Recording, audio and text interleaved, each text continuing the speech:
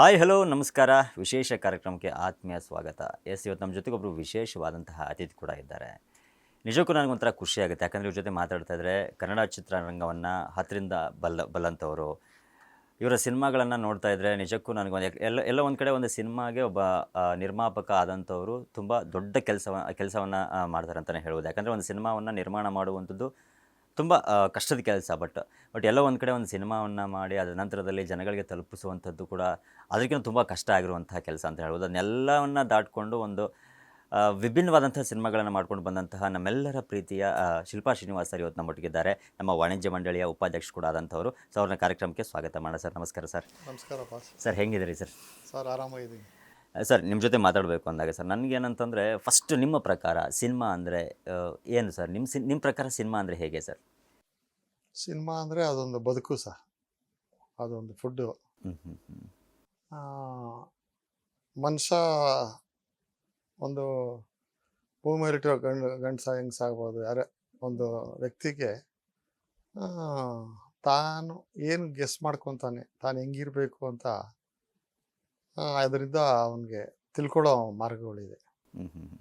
Sir ನನಗೆ ನಾನು ಕೆಲವೊಂದಿಷ್ಟು ನಿಮ್ಮ ಸಂದರ್ಶನಗಳನ್ನು ನೋಡ್ತಾ ಇದ್ದೆ, ಕೆಲವೊಂದಿಷ್ಟು ನಿಮ್ಮ ಮಾತುಗಳನ್ನು ಕೇಳ್ತಾ ಇದ್ವಿ. ಇವತ್ತಿಗೂ ನಿಮಗೆಲ್ಲರೂ ಒಂದು ರಿಗ್ರೆಟ್ಸು, ಇಲ್ಲ ನಾನು ತಪ್ಪು ಮಾಡಿದೆ, ಅವತ್ತೇ ನಾನು ನಾಯಕ ನಟನ ಆಗಬೇಕಾಗಿತ್ತು ಅಂತ ನಿಮ್ಗೆ ಇವತ್ತಿಗೂ ಅನಿಸುತ್ತಾ? ಅದೇನೋ ಫೀಲ್ ಇದೆಯಾ ಅಂತ ನನಗೆ ಒಂದು ವೈಯಕ್ತಿಕ ಪ್ರಶ್ನೆ ಇದು. ಇಲ್ಲ ಅನ್ಸೋದು. ಆಮೇಲೆ ನಾನೇ ತುಲನೆ ಮಾಡ್ಕೊಂಡೆ. ನನ್ನ ಜೊತೆ ನಾನೇ ಮಾತಾಡ್ಕೊತೀನಿ. ಆವಾಗ ನಾನು ಮೊದಲು ಡೂಪ್ ಮಾಡ್ತಾ ಇದ್ದೆ ಶಂಕರ್ ನಾಗ್ ಅವ್ರಿಗೆ, ಅಂಬರೀಷ್ ಅವ್ರಿಗೆ, MGRಗೆ, ಜಯನ್ ಮಲಯಾಳಂ ಅವರು, ಅದರಂಗ ಸುಮಾರು ಜನಕ್ಕೆ ನಾನು ಡೂಪ್ ಮಾಡ್ತಾ ಇದ್ದೆ. ದಿಲೀಪ್ ಕುಮಾರ್ ಜೊತೆ ಅಕ್ಕಾದರಿ ಅಂತ ಒಂದು ಪಿಕ್ಚರು, ಅದರಲ್ಲಿ ಎಲ್ಲ ಈ ನಮಗೆ ಹುಚ್ಚ ಅದೇ ಥರ ಮಿಸ್ ಆದಾಗ ಸೀನು ಅಂತಿದ್ದು ಹಿಂಗೆ ಆಯ್ತಲ್ಲ ಅಂತ ಆಮೇಲೆ ಯೋಚನೆ ಮಾಡಿದಾಗ ನಮ್ಮದು ಅಲ್ಲಿ ಒರಿಜಿನಲ್ ಅಲ್ಲಿದೆ, ಅದಕ್ಕೆ ನಾವು ಇದು ಅಂತೇಳಿ ಡೂಪ್ ಹಂಗೆ ಇರೋಣ, ದೇವರ ಸೃಷ್ಟಿ ಹಂಗೆ ಇದೆ, ಅದರಲ್ಲೇ ಎಂಜಾಯ್. ಬಟ್ ಅದು ನಾನು ಯಾಕೆ ಕೇಳಿದೆ ಅಂದರೆ ಸರ್, ಈಗ ಪ್ರತಿಯೊಬ್ಬನಿಗೂ ಅನಿಸುತ್ತೆ ಅದು ದುಡ್ಡು ಹಿಟ್ ಆದಮೇಲೆ ಅಯ್ಯೋ ನಾನು ಮಾಡಬೇಕಾಗಿತ್ತಲ್ಲಪ್ಪ, ಮಿಸ್ ಆಗೋಯ್ತು ಅಂತದ್ದು ಸರ್ವೇ ಸಾಮಾನ್ಯವಾಗಿ ಅನಿಸುತ್ತಲ್ಲ. ಸೊ ಹಾಗಾಗಿ ನಿಮ್ಗೆ ಹಿಟ್ ಆದಮೇಲೆ ಆಮೇಲೆ ರೈಟ್ಸ್ ಫಸ್ಟ್ ನೀವೇ ತೊಗೊಂಬಂದವ್ರು ರೈಟ್ಸ್ನ, ಅದನ್ನು ಹುಚ್ಚ ಸಿನಿಮಾ ನೀವು ತೊಗೊಂಬಂದು ನೀವೇ ಮಾಡಬೇಕು ಅಂತ ಆಲ್ರೆಡಿ ಎಲ್ಲ ರೆಡಿ ಮಾಡಿಕೊಂಡು ಅದಾದಮೇಲೆ ಅದಕ್ಕೆ ಆದಂಥ ತಯಾರು ಕೂಡ ನೀವು ನಡೆಸ್ತಾ ಇದ್ದೀರಿ ಅನ್ನುವಂಥ ಮಾತುಗಳು ಕೂಡ ಇರುವಂಥದ್ದು. ಬಟ್ ಅದಕ್ಕೆ ಕೇಳಿದೆ ನಾನು. ಬಟ್ ನಿಮ್ಗೆ ಆ ಮನಸ್ಥಿತಿ ಯಾವಾಗ ಹೆಂಗೆ ಅನ್ನಿಸ್ತು, ಯಾಕೆ ಕೊಡಬೇಕಂತ ಅನ್ನಿಸ್ತು, ಏನಕ್ಕೆ ಹೆಂಗೆ ಇದಾಗೋಯ್ತು ಅಂತ ಅಷ್ಟೇ ಸರ್. ಅದು 2000 ಇಸ್ವಿವರೆಗೂ ನಾ ಮಾಟೆ ಶಾಸನ ಥರ ಇದ್ದೆ. 2000 ಇಸ್ವಿ ಆದಮೇಲೆ ಪರಿಸ್ಥಿತಿಗೆ ತಕ್ಕಂತೆ ದೇವ್ ಏನು ಕೊಡ್ತಾನೋ ಅದಕ್ಕೆ ಅಡ್ಜಸ್ಟಬಲ್ ಆಗ್ಬಿಡ್ತಾ ಇದೀವಿ ಸರ್. ಈಗ ಏನು ಬರುತ್ತೋ ಅದೇ ಪಂಚಾಮೃತ. ಇವೆಲ್ಲ ತುಲನೆ ಮಾಡಿ ನೋಡಿದಾಗ ನಾವು ಡೂಪ್ ಆರ್ಟಿಸ್ಟ್ಗೆ ಅದೇ ಸಿಕ್ಕಿದೆ, ಸಾಕು, ಪಾಲಕ್ಕೆ ಬಂದು ಪಂಚಾಮೃತ. ಇಲ್ಲ, ನೀವು ಅವಾಗಿಂದ ಡೂಪ್ ಆರ್ಟಿಸ್ಟ್ ಅಂತ ಹೇಳ್ತಾ ಇದ್ರಲ್ಲ ಸರ್, ಅಂದರೆ ಈಗ ಇಂಡಸ್ಟ್ರಿಗೆ ಬರುವಂಥದ್ದು sir, it's not easy sir. ಅಂದರೆ ನಾವು ಏನೋ ಅನ್ಕೋಬಹುದು, ನಾವು ಏನೋ ತೆರೆ ಮೇಲೆ ನಾವು ಹಂಗೆ ಮಾಡ್ಬಿಡ್ತೀವಿ, ಹಿಂಗೆ ಮಾಡ್ಬಿಡ್ತೀವಿ, ಏನೋ ಎಲ್ಲವೂ ನನ್ನ ಕೈಲಿದೆ, ನಾನೇ ಇದು ಸೂಪರ್ ಮ್ಯಾನ್ ಅನ್ನೋ ರೀತಿಲಿ ಕೆಲವರು ಇರ್ತಾರೆ, ಭ್ರಮೆಲಿರ್ತಾರೆ. ಬಟ್ ಅವತ್ತಿನ ಕಾಲಘಟ್ಟದಲ್ಲಿ ನೀವು ಡೂಪಾಗಿ ಬಂದಿರುವಂಥದ್ದು, ಆಮೇಲೆ ಸಿನಿಮಾ ರಂಗದ ಪರಿಚಯ ಇತ್ತೋ ಅಥವಾ ಹಿಂಗೆ ನಿಮ್ಮ ಒಂದು ಒಡನಾಟಗಳು ಸಿನಿಮಾಕ್ಕೂ ನಿಮಗೂ ಅಂತ? ನಮಗೂ ಸಿನಿಮಾಗೆ ಗೊತ್ತೇ ಇಲ್ಲ ಸರ್. ನಮ್ಮ ತಾಯಿಯವ್ರು ಸಿನಿಮಾ ನೋಡೋರು ಅಷ್ಟೇ. ನಮ್ಗೆ ಸಿನಿಮಾಗೆ ಇದೇ ಗೊತ್ತಿರಲಿಲ್ಲ. ನಾವು ರೇಣುಕಾಚಾರ್ಯ ಕಾಲೇಜ್ಗೆ ಹೋದ್ರಿ, SLC ರಾಘವೇಂದ್ರ ಹೈಸ್ಕೂಲ್ ಪಾಸ್ ಆಗಿ ಆನಂದ ಸರ್ಕಲ್, ಅಲ್ಲಿ ಹಿಂಗೆ ಶೂಟಿಂಗ್ ಕರ್ಕೊಂಡು ಹೋಗೋರು. ಅವ್ರ ಜೊತೆ ಹೋದಾಗ ನಾವು ಗೆಳೆಯರು ಮಾತಾಡ್ಕೊಳ್ಳೋದು, ನಾನು ಬೆಳ್ಳಗಿದ್ದೀನಿ, ನನ್ನಿಂದ ನಿಮ್ಗೆಲ್ಲ ದೋಸೆ ಎಲ್ಲ ಕೊಟ್ರು. ನಾವೆಲ್ಲ ಅವಾಗ ಅನ್ನ ತಿಂದ್ರೆ ಹಬ್ಬ ನಮ್ಮ ಮನೇಲಿ. ಗೊಜ್ಜು ಇಟ್ಟು ಈ ಥರ ತಿಂತಾ ಇದ್ದವರು. ಸುಖಕ್ಕೇನು ಕಮ್ಮಿ ಇರಲಿಲ್ಲ, ಊಟ ಕಮ್ಮಿ ಇದ್ರು. ತಂದೆ ತಾಯಿ ಇದ್ರು ಜೊತೆಗೆ. ಕೋಟಿ ಹೀರೋಗಿಂತ ತಂದೆ ಗ್ರೇಟ್. ಕೋಟ್ಯಾಂತರ ಇದಕ್ಕಿಂತ ನಾಯಕರಿಗಿಂತ ಇವ್ರು ಗ್ರೇಟು, ತಂದೆ ಗ್ರೇಟು. ನೂರಾರು ಸಾವಿರ ದೇವ್ರಿಗಿಂತ ತಾಯಿ ಗ್ರೇಟು ಅಂತ ನಮ್ಮ ತಂದೆ ತಾಯಿ ಇದ್ರು. ಅವಾಗ ನಮ್ಮ ತಂಗಿದಿರಿದ್ರು ಜೊತೆಗೆ, ಸುಖವಾಗಿದ್ರಿ. ಬಟ್ ಫುಡ್ ಎಲ್ಲ ಗೊತ್ತಿಲ್ಲ ನಮ್ಗೆ, ಇವೆಲ್ಲ ಅನ್ನ ಎಲ್ಲ ಇದೆ, ದೋಸೆ ಇದೆ ಅಂತ. ಈ ದೋಸೆ ಎಲ್ಲ ಕೊಟ್ಬಿಟ್ರಲ್ಲ, ಆವಾಗ ನನ್ನಿಂದ ನಿಂಗೆ ಹಿಂಗೆ ಅಂತ ನಮ್ಮಲ್ಲಿ ಫೈಟ್. ಇಡ್ಲಿ ವಡೆ ತಿಂದರೆ ಆದಷ್ಟು ಬೇಗ ನಾವು ಹೊರಗಡೆ ಹೋಗೋಕ್ಕಾಗಲ್ಲ ಸಿನಿಮಾದವ್ರದ್ದು ಅಲ್ವಾ ಸರ್? ಸ್ಮೆಲ್ ಬಿಡಲ್ಲ. ಹಂಗೆ ಅಲ್ಲಿಗೆ ನಾವು ಎಂಟರ್ ಆದ್ರಿ ಸರ್. ಅದೇ ಇವತ್ತು ಅದರಲ್ಲೇ ಇದ್ದೀವಿ. ನಿಜ. ಅಂದರೆ ಈಗ ನೀವು ಹೇಳ್ತಾ ಇದ್ರಿ ಸರ್, ಎಲ್ಲೋ ಒಂದು ಕಡೆ ಯಾಕಂದ್ರೆ ಡೂಪಾಗಿ ಬಂದಂಥವ್ರು, ಅದಾದಮೇಲೆ ಚಿತ್ರರಂಗದಲ್ಲಿ ಭದ್ರವಾಗಿ ಒಂದು ನೆಲೆ ಊರಬೇಕು ಅಂತ ಅನಿಸಿದ್ದು ನಿಮಗೆ. ಇಲ್ಲ ನನಗೂ ಈಗ ಪ್ರತಿಯೊಬ್ಬ ವ್ಯಕ್ತಿಗೆ ಆಸೆಗೆ ಮಿತಿ ಇಲ್ಲ ಸರ್. ನಾನು ಆಸೆ ಪಟ್ಬಿಡ್ತೀನಿ, ಏನೋ ಒಂದು ಆಗ್ಬಿಡ್ತದೆ ನನಗೆ ಅನ್ನುವಂಥದ್ದು ಇದ್ದೇ ಇರುತ್ತೆ. ನಿಮ್ಗೆ ಅನಿಸಿದ್ದು ಯಾವಾಗ ನಾನು ಇಂಡಸ್ಟ್ರಿಯಲ್ಲಿ ನಿಲ್ಲೇಬೇಕು ಅಂತ ನಿಮ್ಮ ಮೈಂಡಿಗೆ ಬಂದಿದ್ದು ಯಾವಾಗ? ಸರ್ ನನಗೆ 84ರಿಂದ 2000 ಇಸ್ವಿವರೆಗೂ ಚೆನ್ನಾಗಿ ನಡೀತು. 82ರಿಂದನೂ ಸೂಪರಾಗಿ ನಡೀತು. ಅದೇ ಒಂದು ರಾಜ ಕೇಳೋದು ಮಂತ್ರಿಗಳಿಂದ, ಒಬ್ಬ ಮನುಷ್ಯ ಕೇಳೋದು ಸರಿಯಾದ ಸಲಹೆ ಸೂಚನೆ ಕೇಳದೇ ಇರೋದ್ರಿಂದ ಕರೆಕ್ಟ್. ನಾವು ನಮ್ಮ ಗೆಳೆಯರ ಮಾತುಗಳನ್ನ, ನಮ್ಮ ಜೊತೆಲಿ ಹಿತೈಷಿಗಳ ಮಾತನ್ನ ನಾವು ಯಾರ ಮಾತನ್ನು ಕೇಳ್ತಾ ಇರಲಿಲ್ಲ. ನಾವು ಅನಿಸಿದ್ದೆ ಹೇಳಿ, ನಾವು ಏನು ಅಂದ್ಕೊಳ್ತಿರೋ, ಏನು ತೊಚ್ಚುತ್ತೋ ಅದೇ. ಹ್ಞೂ ನಾವು ಅಂತ ಜೀರೋ ಟ್ರಾಫಿಕ್ ಥರ ನಮ್ಮ ಜೀವನ ನಡೀತು. ಹ್ಞೂ ಆಮೇಲೆ 2000 ಇಸ್ವಿ ಆದಮೇಲೆ ಹೋಗಿ ಗೊತ್ತಾಯ್ತು, ಇಲ್ಲ ಇದಕ್ಕೆ ಸಿಗ್ನಲ್ಸ್ ಬರ್ತದೆ, ಸ್ಟಾಪ್ ಬರ್ತದೆ, ಹ್ಞೂ ಹ್ಞೂ VIP ಸಪ್ರೇಟ್ ಇರ್ತದೆ ಅಂತ. ಅಂದರೆ ಡಿಸ್ಟ್ರಿಬ್ಯೂಷನ್ ಅವಾಗಲೇ ಶುರು ಮಾಡಿಬಿಡಿದ್ರಾ ನೀವು, ಇಲ್ಲ ಸರ್ ಹೆಂಗೆ? ನಾನು 76ರಿಂದ ಡಿಸ್ಟ್ರಿಬ್ಯೂಟರ್ ಸರ್. ಓಕೆ. 1976 ಯಾವ್ದು ಫಸ್ಟ್ ಸಿನಿಮಾ ಯಾವ್ದು ಮಾಡಿದ್ರಿ ಸರ್?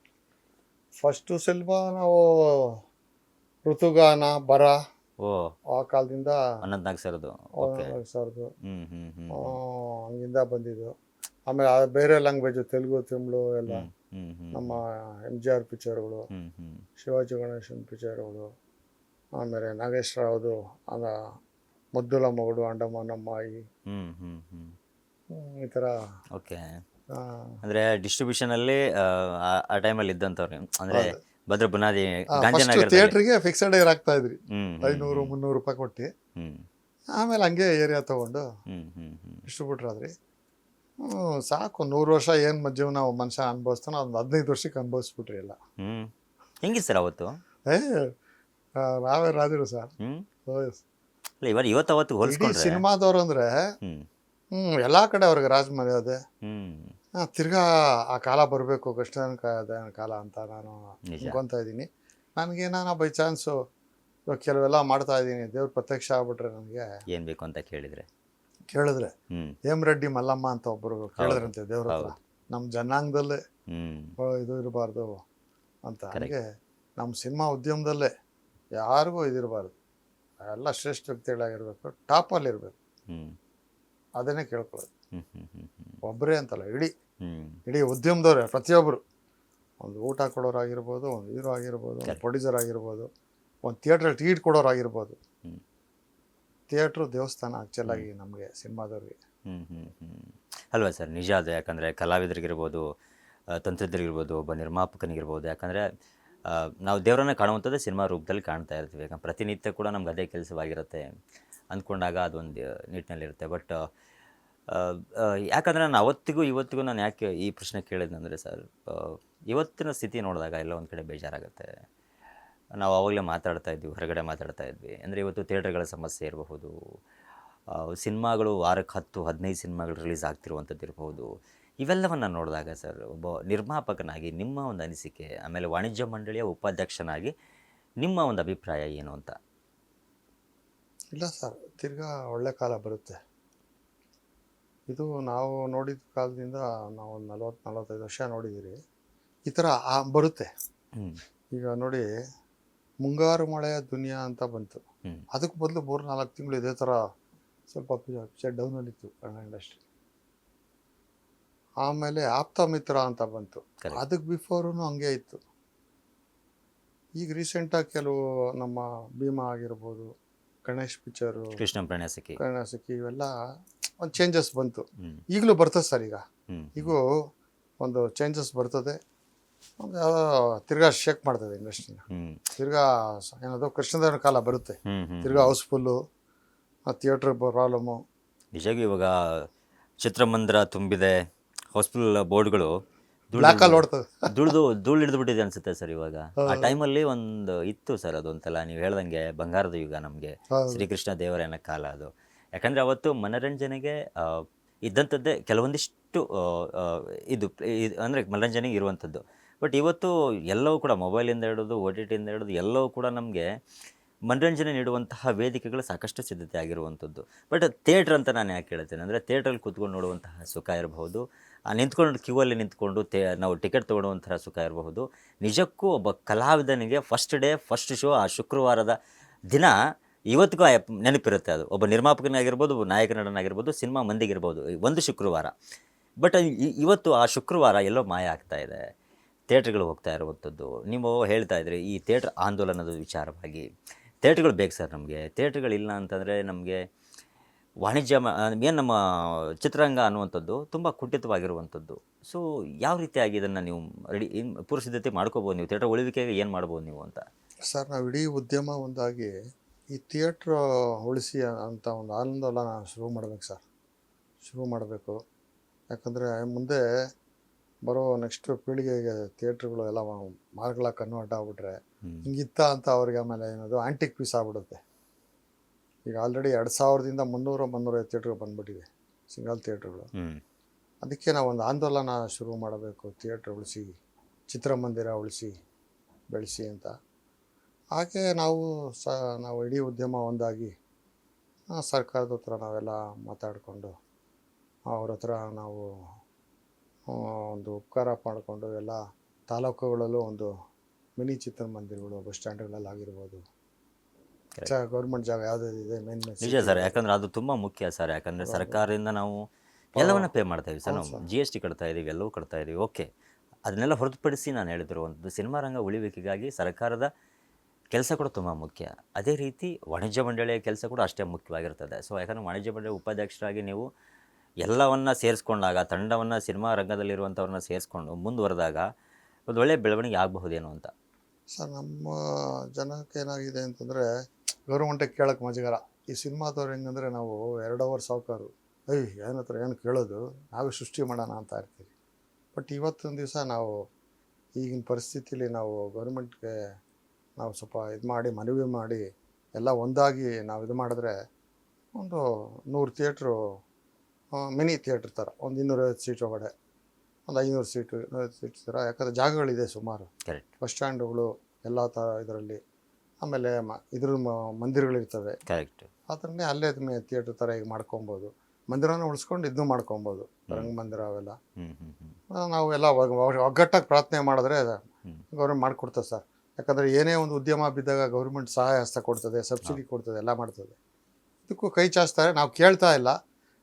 ನಾವೇನಂದ್ರೆ ನಾವು ಒಂಥರ ಕಸ್ತೂರಿ ನಿವಾಸ ರಾಜ್ಕುಮಾರ್ ಥರ ಕೊಟ್ಟಿ ರೂಢಿ ಕೇಳಿ ರೂಢಿ ಇಲ್ಲ ಇವಾಗ. ಬಟ್ ಏನಾಗಕ್ಕಿಲ್ಲ, ಒಂದೊಂದು ಸರಿ ಅಲ್ಲಪ್ಪ ಇದು ಮಾಡಬೇಕು. ಇಲ್ಲ ಒಂದು ಆರ್ಡ್ರನ್ನ ಮಾಡೋಕ್ಕೆ ಒಬ್ರು ಬೇಕು ನಮ್ಗೆ. ಇವಾಗ ಒಬ್ರು ನಾಯಕರು ಬೇಕೇ ಬೇಕು. ನಾಯಕರ ಅವಶ್ಯಕತೆ ಇದೆ ಅನ್ಸುತ್ತಾ ಸರ್ ನಿಮ್ಗೆ? ಬೇಕೇ ಬೇಕು ಸರ್. ಹೀರೋ ಇಲ್ದಿರೋ ಫಿಲಮ್ ಎಲ್ಲಿ ಸರ್? ಕಮ್ಮಿ. ವಿತೌಟ್ ಹೀರೋ ಫಿಲಮ್ ಪಾಸ್ ಆಗೋದು. ಅದು ಡಿಫ್ರೆಂಟ್ ಕತೆ ಮಾತ್ರ ಇದಾಗ್ತದೆ. ನಾಯಕನೇ ಥ್ರೂಔಟ್ ಎಳಿತದೆ ಸರ್. ಈಗ ನಾವೆಲ್ಲ ಈಶ್ವರನ ದೇವಸ್ಥಾನಕ್ಕೆ ಹೋದರೆ ಈಶ್ವರನೇ ಟಾರ್ಗೆಟ್ ಮಾಡೋದು ಅಲ್ವಾ? ಈಗ ಅಲ್ಲ ಅಂತ ಹೋದರೆ ಅಲ್ಲನೇ ಮಾಡ್ತಾರೆ, ಕ್ರಿಶ್ಚಿಯನ್ಸ್ ಅವ್ರು ಮಾಡ್ತಾರೆ. ಹಂಗೆ ನಾವೆಲ್ಲ ನಮ್ಮ ಕಾಲದಲ್ಲಿ ಥಿಯೇಟ್ರಿಗೆ ಹೋಗ್ತಾ ಇದ್ದಿದ್ದೆ ಒಂದು 2-2.5 ಅವರ್ ಪ್ರಾರ್ಥನೆ ಮಾಡ್ದಂಗೆ. ಅವ್ರು ಥಿಯೇಟ್ರಲ್ಲಿ ಕೂತು ಈಚೆಗೆ ಬಂದರೆ ನಾವು ಫ್ರೆಶ್ ಆಗಿ ಬಂದ್ಬಿಡ್ತಾ ಇದ್ರಿ. ಅಲ್ಲಿ ನಾಯಕ ಏನೋ ಸಾಧನೆ ಮಾಡಿರ್ತಾನೆ, ಅದು ನಾವು ಮಾಡೋಣ ಅಂತ ಉರುಪಾಗ್ಬಿಡೋದು ಥರ, ಟಾನಿಕ್ ಥರ. ಇದು ಸರ್ ಡೋಸ್. ಇದು ಸಿನಿಮಾ ಬಂದು ಮನುಷ್ಯನಿಗೆ ಒಂದು ಟಾನಿಕ್ಕು. ಕೆಲವ್ರಿಗೆ ಡ್ರಿಂಕ್ಸು, ಕೆಲವ್ರು ನಾನ್ ವೆಜ್ ಊಟ ಇದೇ ಥರ. ಇದು ಎಲ್ಲಾರ್ಗು. ಇದಕ್ಕೆ ಸಿನಿಮಾಗೆ ಇದಿಲ್ಲ ಸರ್, ಭಾಷೆ, ವ್ಯಕ್ತಿತ್ವ, ಆಮೇಲೆ ಗಂಡು ಹೆಣ್ಣು, ಆಮೇಲೆ ಏನೋ ನೈನು, ಅವೆಲ್ಲ ಏನಿಲ್ಲ. ಸಿನಿಮಾ ಅವರ ಹಾರ್ಟ್, ಅದು ಅಲ್ವಾ sir? Heart tonic cinema. Open ಆಗಿ ಇರುವಂಥದ್ದು, ಎಲ್ಲರೂ ನೋಡುವಂಥದ್ದು. ಹೌದು ಅಲ್ವಾ ಸರ್? Heart sir. ಈಗ ಮಕ್ಕಳು ಏನು ಎಂಜಾಯ್ ಮಾಡ್ತಾರೆ ಸಿನಿಮಾಗಳನ್ನ ಅಂತೀರಾ? ಅವನು ಒರಿಜಿನಲ್ ಆಡಿಯನ್ಸ್ ಅಂದರೆ ಸರ್ ಮಕ್ಕಳು ಸರ್. ಯಾಕಂದರೆ ಅವ್ರದ್ದು ಕಾನ್ಸಂಟ್ರೇಷನ್ ಅದ್ರ ಮೇಲೆ ಇರ್ತದೆ. ನಾವು ಸಿನಿಮಾ ನೋಡ್ತಾ ಇರ್ತೀರಿ, ಬೇರೆ ಏನೋ ತಲೆ ಓಡ್ತದೆ. ಅವ್ರಿಗೆ ಹಂಗಲ್ಲ, ಒಂದು ನೋಡ್ತಾ ಇದ್ರೆ ಅದ್ರ ಮೇಲೆ ಮನಸ್ಸು ಇರ್ತದೆ. ಸಖತ್ ಎಂಜಾಯ್ ಮಾಡೋರು ಮಕ್ಕಳು ಸರ್. ಇಲ್ಲ ಇದು ಬರ್ತದೆ ತಿರ್ಗಾ ಕೃಷ್ಣದೇವರನ ಕಾಲ. ಈಗ ಆಲ್ರೆಡಿ ಪ್ರಯತ್ನಗಳು ಸುಮಾರು ನಡೀತಾ ಇದೆ. ನಾನೇ ಕೇಳ್ಪಟ್ಟಿದ್ದೀನಿ ನಮ್ಮ ಉದ್ಯಮ ಕೆಲವರು ಮಾಡ್ತಾ ಇರೋ ವಿಭಿನ್ನ ಕಥೆಗಳಾಗಿರ್ಬೋದು. ಆಮೇಲೆ ಇನ್ನೊಂದು ಏನಂದರೆ, ಈಗ ಸ್ವಲ್ಪ ನಮ್ಮ ಮಲ್ಟಿ ಸ್ಟಾರ್ಗಳು, ಮಲ್ಟಿ ಹೀರೋಯಿನ್ಸು ಸ್ವಲ್ಪ ಮಿಕ್ಸೆಡ್. ಆಮೇಲೆ ಮನುಷ್ಯ ಯೋಚನೆ ಮಾಡದೇ ಇರೋ ಕಥೆಗಳು ಬಿಡಬೇಕು. ಹಿಂಗೂ ಉಂಟಾ ಅಂತಾರ, ಈಗ ಉಂಟಾ ಥರ ಅದು ಇದಕ್ಕೆ ಬರ್ಬೋದೇನೋ. ಬಟ್ ಅದೇ ಸರ್, ಈಗ ನೀವು ಹೇಳ್ದಂಗೆ ಈಗ OTTಗಳಲ್ಲಾಗಿರಬಹುದು, ಪರಭಾಷೆ ಸಿನಿಮಾಗಳಿಗಿರಬಹುದು. ಸೊ ನಮ್ಮ ಕಂಟೆಂಟ್ ಕೊರತೆ ಇದೆ ಅಂತ ಅನಿಸುತ್ತೆ ನಿಮಗೆ? ಅಂದರೆ ನಾವು ಮಾಡ್ತಿರುವಂತಹ ಸಿನಿಮಾಗಳ ಕ್ವಾಲಿಟಿ ಇರಬಹುದು. ಕೆಲವು ಮಾತುಗಳಿದೆ ಸರ್, ಸಬ್ಸಿಡಿಗೋಸ್ಕರ ಸಿನಿಮಾ ಮಾಡ್ತಾರೆ, ಒಂದು ಫ್ಯಾಷನೇ ಇರಲ್ಲ, ಸುಮ್ಮನೆ ಸಬ್ಸಿಡಿ ದುಡ್ಡು ಬರುತ್ತೆ ಅಂತ ಸಿನಿಮಾ ಮಾಡೋವಂಥ ಸಂಖ್ಯೆ ಜಾಸ್ತಿ ಆಗಿದೆ ಅಂತ ಕೆಲವೊಂದಿಷ್ಟು ಮಾತುಗಳು ಬರ್ತಾ ಇರುವಂಥದ್ದು. ಸೊ ವಾಣಿಜ್ಯ ಮಂಡಳಿ ಕಡೆಯಿಂದ ಕೆಲವೊಂದಿಷ್ಟು ನೀವೊಂದೇನು ಕ್ರಮ ತಗೋಬೇಕು ಅನ್ನೋದಾದರೆ ಏನೆಲ್ಲ ತಗೋಬಹುದು ಈ ಥರದ್ದು, ಅಂದರೆ ಈ ಥರದಿಂದ ಎಲ್ಲೋ ಒಂದು ಕಡೆ ನಮ್ಮ ಚಿತ್ರರಂಗದಲ್ಲಿ ಕುಂಠಿತ ಆಗ್ತಾ ಇರಬಹುದಾ ಅಂತ? ಇಲ್ಲ ಸರ್, ಅದು ಚಿಕ್ಕ ಪಿಕ್ಚರ್ಗಳಿಗೆ ಒಂದು ಕೆಲವು ಮಾನದಂಡ ಇದೆ. ಸಬ್ಸಿಡಿ ಎಲ್ಲದಕ್ಕೂ ಕೊಡಲ್ಲ, 120 ಪಿಕ್ಚರ್ಗೆ ಮಾತ್ರ ಕೊಡ್ತಾರೆ. ಅದು ಕೆಲವು ಮಾನದಂಡ ಇದೆ, ಅದ್ರ ಮೇಲೆ ನಡೆಯುತ್ತೆ ಸರ್. ಅದು ನಾವು ಯಾರನ್ನೂ ಇಷ್ಟರಲ್ಲೇ ಮಾಡಿ ಅಷ್ಟರಲ್ಲೇ ಮಾಡಿ ಅಂತ ಹೇಳೋಕ್ಕಾಗಲ್ಲ. Correct. ಯಾಕಂದರೆ ಕೋಟ್ಯಾಂತರ ರೂಪಾಯಿ ಹಾಕಿ ಮಾಡಿದ ಪಿಕ್ಚರು ಸೂಪರ್ ಹಿಟ್ ಆಗಿದೆ. ಒಂದು ಮಟ್ಟೆಯ ಕತೆ ಬರೀ ಲಕ್ಷಗಳಲ್ಲಿ ಮಾಡಿರೋ ಪಿಕ್ಚರು ಮೆಗಾ ಹಿಟ್ ಆಯಿತು, ಕೋಟ್ಯಾಂತರ ರೂಪಾಯಿ ಕಲೆಕ್ಷನ್ ಆಯಿತು. ಆ ಥರ ಆ ಕಾಲದಲ್ಲೂ ನಮ್ಮ ಕಾಲದಲ್ಲೂ ಆಗಿತ್ತು. ರಂಜಿತ ಇವೆಲ್ಲ ಸುಮಾರು ಚಿಕ್ಕ ಪಿಕ್ಚರ್ಗಳು ವಿತೌಟ್ ಹೀರೋ ಸಿನಿಮಾ ಗೆದ್ದಿದ್ದಿದೆ. ಮತ್ತಿಂದ ಅವು ಪ್ರಯತ್ನ ಮಾಡೋರು ಮಾಡ್ತಾ ಇರ್ತಾರೆ. ನಾವು ಯಾರಿಗೂ ಬೇಡ ಅನ್ನೋಕ್ಕಾಗಲ್ಲ, ಯಾರಿಗೂ ರಿಸ್ಟ್ರಿಕ್ಷನ್ ಮಾಡೋಕ್ಕಾಗಲ್ಲ ಸರ್. ಆಮೇಲೆ ಇದು ಕಲೆ, ಇದು ಎಲ್ಲರೂ ಕೈ ಬೀಸಿ ಕರೀತದೆ. ಅವು ಒಂದು ಏನದು ಟೆಸ್ಟ್ ರೌಂಡ್ ಮಾಡಿ ಹೋಗ್ತಾರೆ, ಹೋಗಲಿ ಹೋಗಲಿ ಬಿಡಿ ಸರ್, ಯಾರಿಗೂ ಇದು ಮಾಡೋಕ್ಕಾಗಲ್ಲ. ಟೆಸ್ಟ್ ಅಂತ ಹೇಳ್ದೆ ನೆನಪಾಯ್ತು ಸರ್. ಸೊ ಒಬ್ಬರು ನಾವೇನೇ ಒಂದು ಮಾಡಬೇಕು ಆದರೆ ಶ್ರಮ ಅನ್ನುವಂಥದ್ದು ಅದೃಷ್ಟ ಅನ್ನುವಂಥದ್ದು ಎರಡೂ ತುಂಬ ಮುಖ್ಯ ನಮಗೆ. ಶ್ರಮ ಇಲ್ಲದೇ ನಮಗೆ ಅದೃಷ್ಟನೇ ನಂಬ್ಕೊಂಡು ಕೂತ್ಕೊಂಡ್ರೆ ಕೆಲಸಗಳಾಗಲ್ಲ. ಶ್ರಮ 100% ಇದ್ದರೆ ಎಲ್ಲೋ ಒಂದು ಕಡೆ ಆ ಅದೃಷ್ಟ ಅನ್ನುವಂಥದ್ದು ಜೊತೆಯಾಗುತ್ತೆ ಅನ್ನುವಂಥದ್ದು ಇವತ್ತಿನ ಒಂದು ಪೀಳಿಗೆಯಲ್ಲಿ ನಾವು ನೋಡ್ತಾ ಇದ್ದರೆ, ಕಲಾವಿದರಿರ್ಬೋದು, ಒಬ್ಬ ನಿರ್ಮಾಪಕನಿರಬಹುದು, ಒಂದು ಪೂರ್ವ ತಯಾರಿ ಅಂತ ಇರುತ್ತೆ ಸರ್. ಒಂದು ಸಿನಿಮಾ ಸ್ಟಡಿ ಅಂತ ಇರುತ್ತೆ. ನಾವೊಬ್ಬ ನಿರ್ಮಾಪಕನಾಗಿ ನಾನು ಇಷ್ಟು ದುಡ್ಡು ಹಾಕಿದರೆ ಇಷ್ಟಿಷ್ಟ ಆಗುತ್ತೆ, ಈ ಪ್ರಮೋಷನ್ನು ಕ್ಯಾಲ್ಕುಲೇಷನ್ ಅನ್ನುವಂಥದ್ದು ತುಂಬ ಮುಖ್ಯ. ಒಬ್ಬ ಕಲಾವಿದನಾದಂಥವನು ನಟನೆ ಮಾಡಬೇಕು ಅಂದಾಗ ಒಂದು ರಂಗಭೂಮಿ ಇರುತ್ತೆ, ಒಂದು ಕಲಿಕೆಯ ವಿಧಾನಗಳಿರ್ತವೆ, 9 ನವರಸಗಳನ್ನು ಕಲಿಬೇಕಾಗುತ್ತೆ, ಅದಾದ ನಂತರದಲ್ಲಿ ಸ್ಕ್ರೀನ್ ಮೇಲೆ ಬರಬೇಕಾಗುತ್ತೆ. ಇದನ್ನು ನೀವೊಬ್ಬ ಅನುಭವಿ ನಿರ್ಮಾಪಕರಾದಂಥವರು ಏನು ಹೇಳ್ಬೋದು ಸರ್ ಈ ಥರದ್ದು ಇದಕ್ಕೆ ನೀವು? ಸರ್ ಇಲ್ಲಿ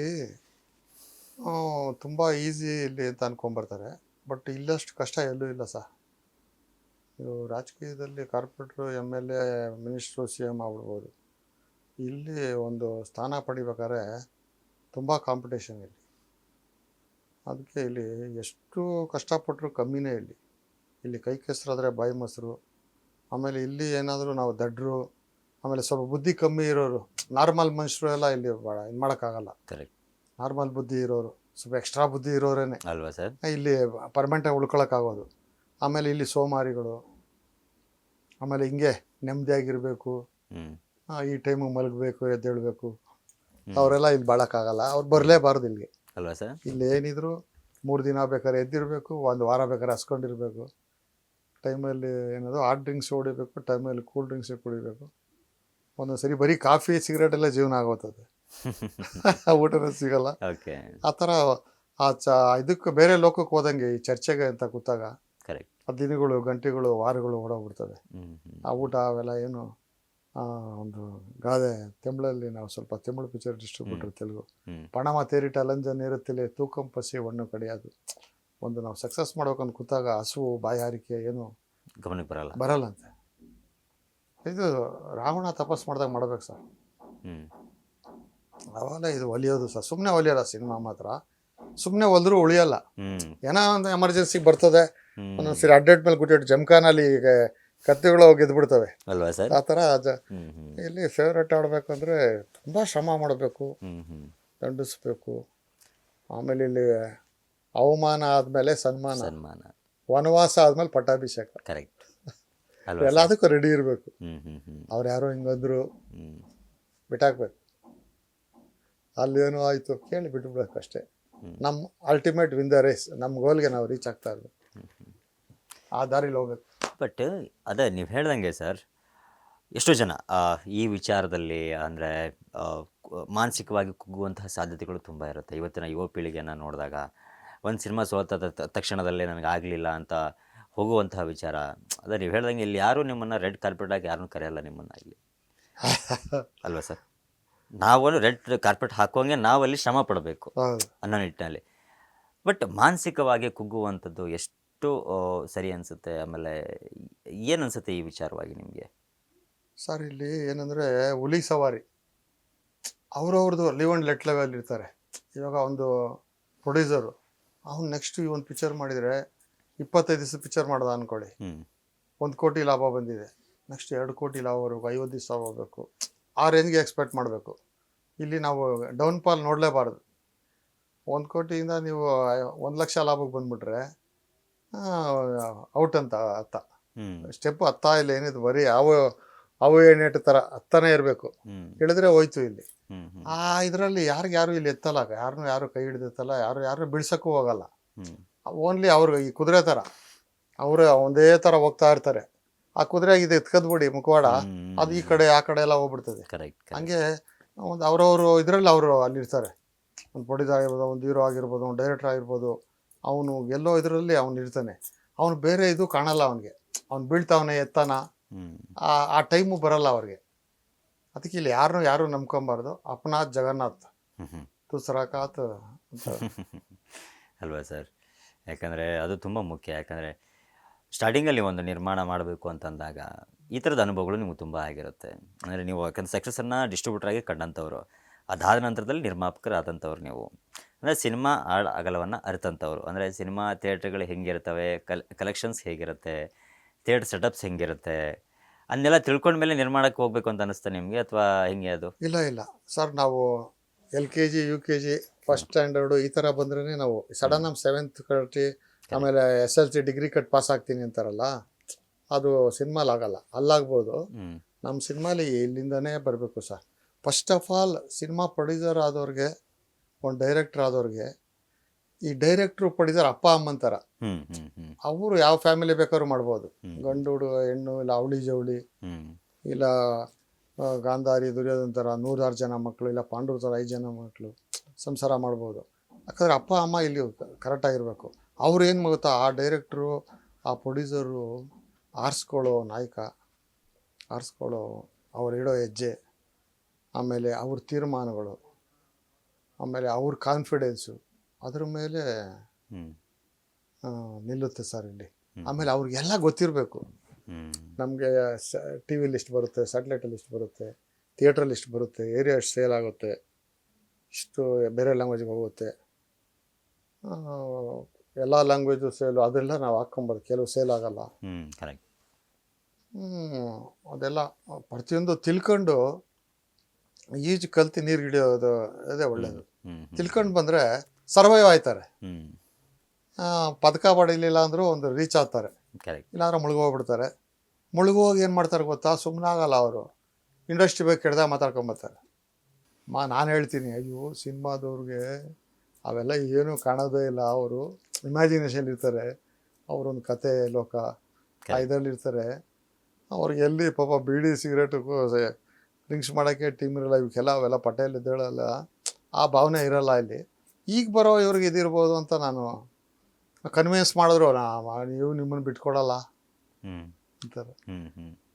ನಾವು ನೋಡಿರೋ ಅನುಭವಗಳು ಇವು. ನಮ್ಮ ಕಾಲ ಆ ಥರ ಇರಲಿಲ್ಲ, ಅಷ್ಟು ಇದಕ್ಕೆ ಹೋಗ್ತಿಲ್ಲ. ಒಂದು ಏನು ಅಂತ ಒಂದು ಸಿನಿಮಾ ಆಗುತ್ತೆ, ಅದಾದ ನಂತರದಲ್ಲಿ ತುಂಬ ಅದ್ಭುತವಾದಂಥ ನಾಯಕ, ಇನ್ನೊಂದು ಸಿನಿಮಾ ಮಾಡ್ತೀರಾ ನೀವು, ಉಪೇಂದ್ರ. ಅಂದರೆ ಇಷ್ಟೆಲ್ಲ ಅನುಭವ ಇರುತ್ತೆ ನಿಮಗೆ. ಆ ಅನುಭವನ ಹೊತ್ತು ನೀವು ಸಿನಿಮಾ ಸ್ಟಾರ್ಟ್ ಆಯಿತಾ, ಅಥವಾ ಅಪ್ರೋಚಿಂಗ್ ಹಿಂಗಾಯಿತು? ಆ್ಯಂಡ್ ಆ ಸಿನಿಮಾದ ಅನುಭವದ ಬಗ್ಗೆ ಒಂದಿಷ್ಟು ಮಾತುಗಳು ಹೇಳೋದಾದರೆ ಹೆಂಗಿತ್ತು ಸರ್? ನಮ್ಮ ಬಾಸ್ ಉಪೇಂದ್ರ ಅವರು ತರಲೆ ನನ್ನ ಮಗ ಒಂದು ಪಿಕ್ಚರ್, ಹೌದು, ತುಂಬ ಕಮ್ಮಿ ಬಡ್ಜೆಟಲ್ಲಿ. ಕರೆಕ್ಟ್.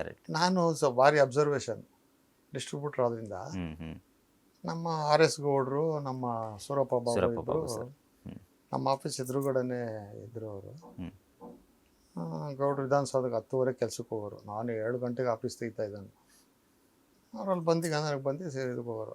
ಪಿಕ್ಚರ್ ತೋರಿ ಅಪ್ಪ, ವಿಧಾನಸೌಧವರೆಲ್ಲ ಬಂದು ತೆಗಿತಾರೆ, ನಮ್ಮ ಬಾಬು ಎಲ್ಲ ತೆಗಿತಾವ್ರೆ ಅಂತ ಫಾಲೋ ಮಾಡಿದ್ರೆ ಆ ಪಿಕ್ಚರು ಸೂಪರ್ ಹಿಟ್ ಆಯಿತು.